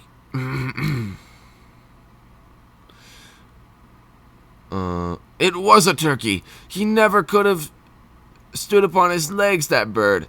He would have snapped them off in a short time like sticks of wax. Why, it's impossible to carry that to Camden Town, said Scrooge. You must have a cab. The chuckle with which he said this, and the chuckle with he paid for the turkey, and the chuckle with he paid for the cab, and the chuckle with he recompensed the boy, were only to be exceeded by the chuckle with which he sat down breathless in his chair again, and chuckled till he cried. Shaving was not an easy task, for his hand continued to shake very much, and shaving requires attention, even when you don't dance while you're at it. But if he had cut the end of his nose off, he would have put a piece of sticking plaster over it and been quite satisfied. He dressed himself in all his best, and at last got out into the streets. The people were by this time pouring forth, as he had seen them with the ghost of Christmas present, and walking in with his hands behind him. Scrooge regarded everyone with a delighted smile.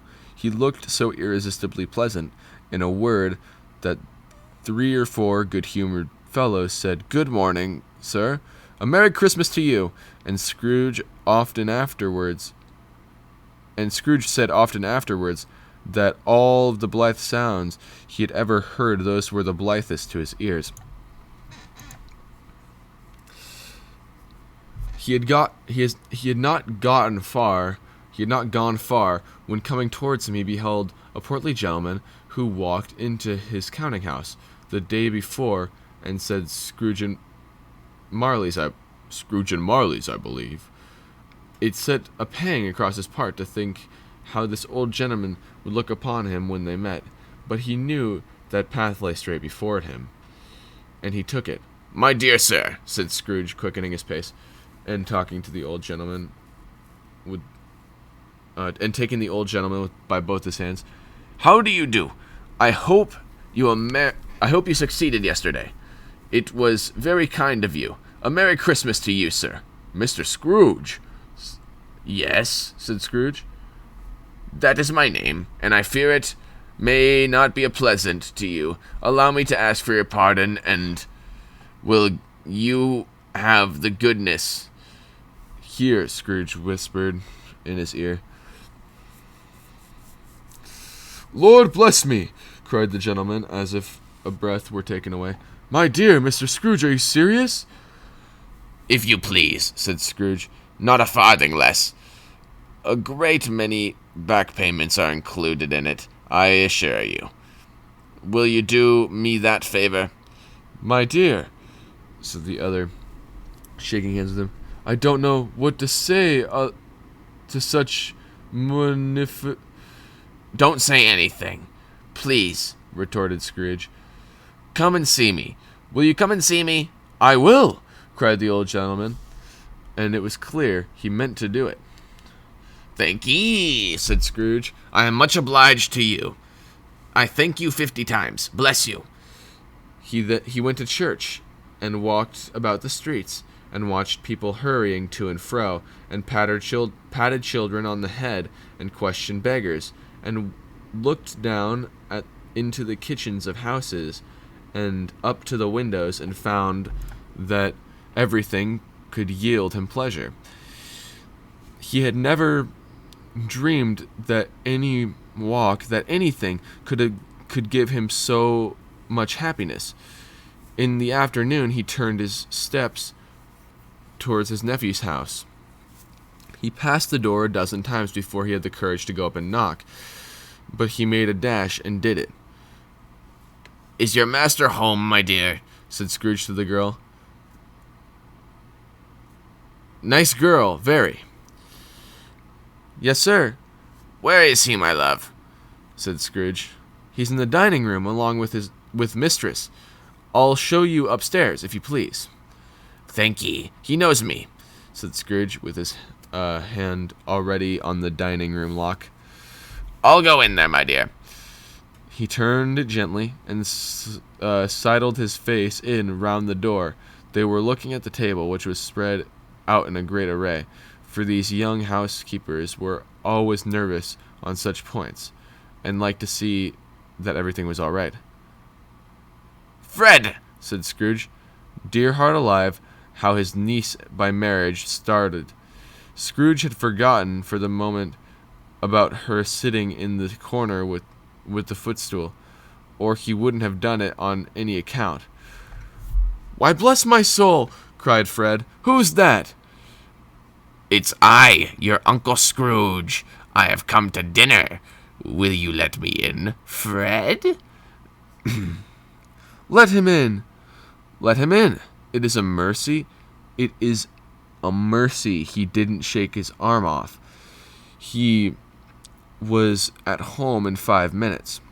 Nothing could be heartier.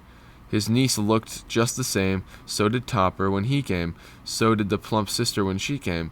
So did everyone when they came. Wonderful party, wonderful games, wonderful unanimity, wonderful happiness." But he was early at the office next morning. Oh, he was early there. But if he was early there. If he could only be there first and catch Bob Cratchit coming late. That was the thing he had set his heart upon. And he did it. Yes, he did. The clock struck 9. No Bob. 1:15. No Bob. He was 18 minutes and a half behind his time. Scrooge sat with his door wide open that he might see him come into the tank. His hat off before he opened the door, his comforter too. He was on his stool in a jiffy, driving away with his pen, as if he were trying to overtake 9 o'clock. "Hello!" "Hello!" growled Scrooge in his accustomed voice, as near as he could feign it. What do you mean by coming here at this time of day? I'm very sorry, sir. I am behind my time. You are, repeated Scrooge. Yes, I think you are. Step this way, sir, if you please. It's only once a year, sir, pleaded Bob, appearing from the tank. It shall not be repeated. I was making rather merry yesterday, school. Yesterday, sir. Ugh. Now, I'll tell you what, my friend, said Scrooge. I'm not going to stand this sort of thing any longer. And therefore, he continued, leaping from his stool and giving Bob a dig in the waistcoat, such a dig in the waistcoat that he staggered back into the tank again. And therefore, I'm about to raise your salary. Bob trembled and got a little nearer to the ruler. He had a momentary idea of knocking Scrooge down with it, holding him and calling to the people in the court for help and a straight waistcoat. A Merry Christmas, Bob, said Scrooge with an earnestness that could not be mistaken as he clapped him on the back. A merrier Christmas, Bob, my good fellow, than I have given you for many a year. I'll raise your salary and endeavor you to assist your struggling family. And we will discuss your affairs this very afternoon over a Christmas bowl of smoking bishop, Bob. Make up the fires and buy another coal scuttle before you dot another E-I, Bob Cratchit.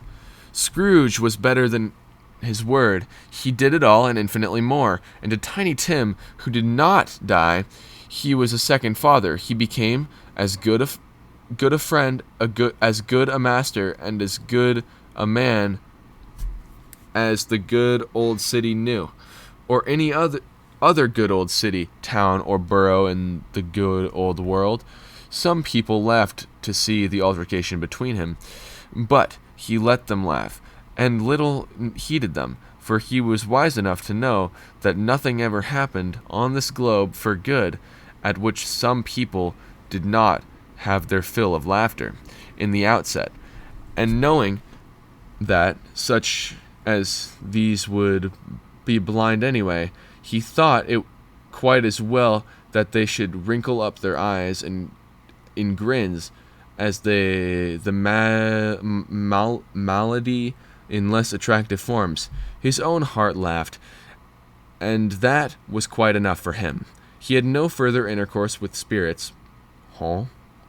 He had no further intercourse with spirits, but lived upon the total abstinence principle.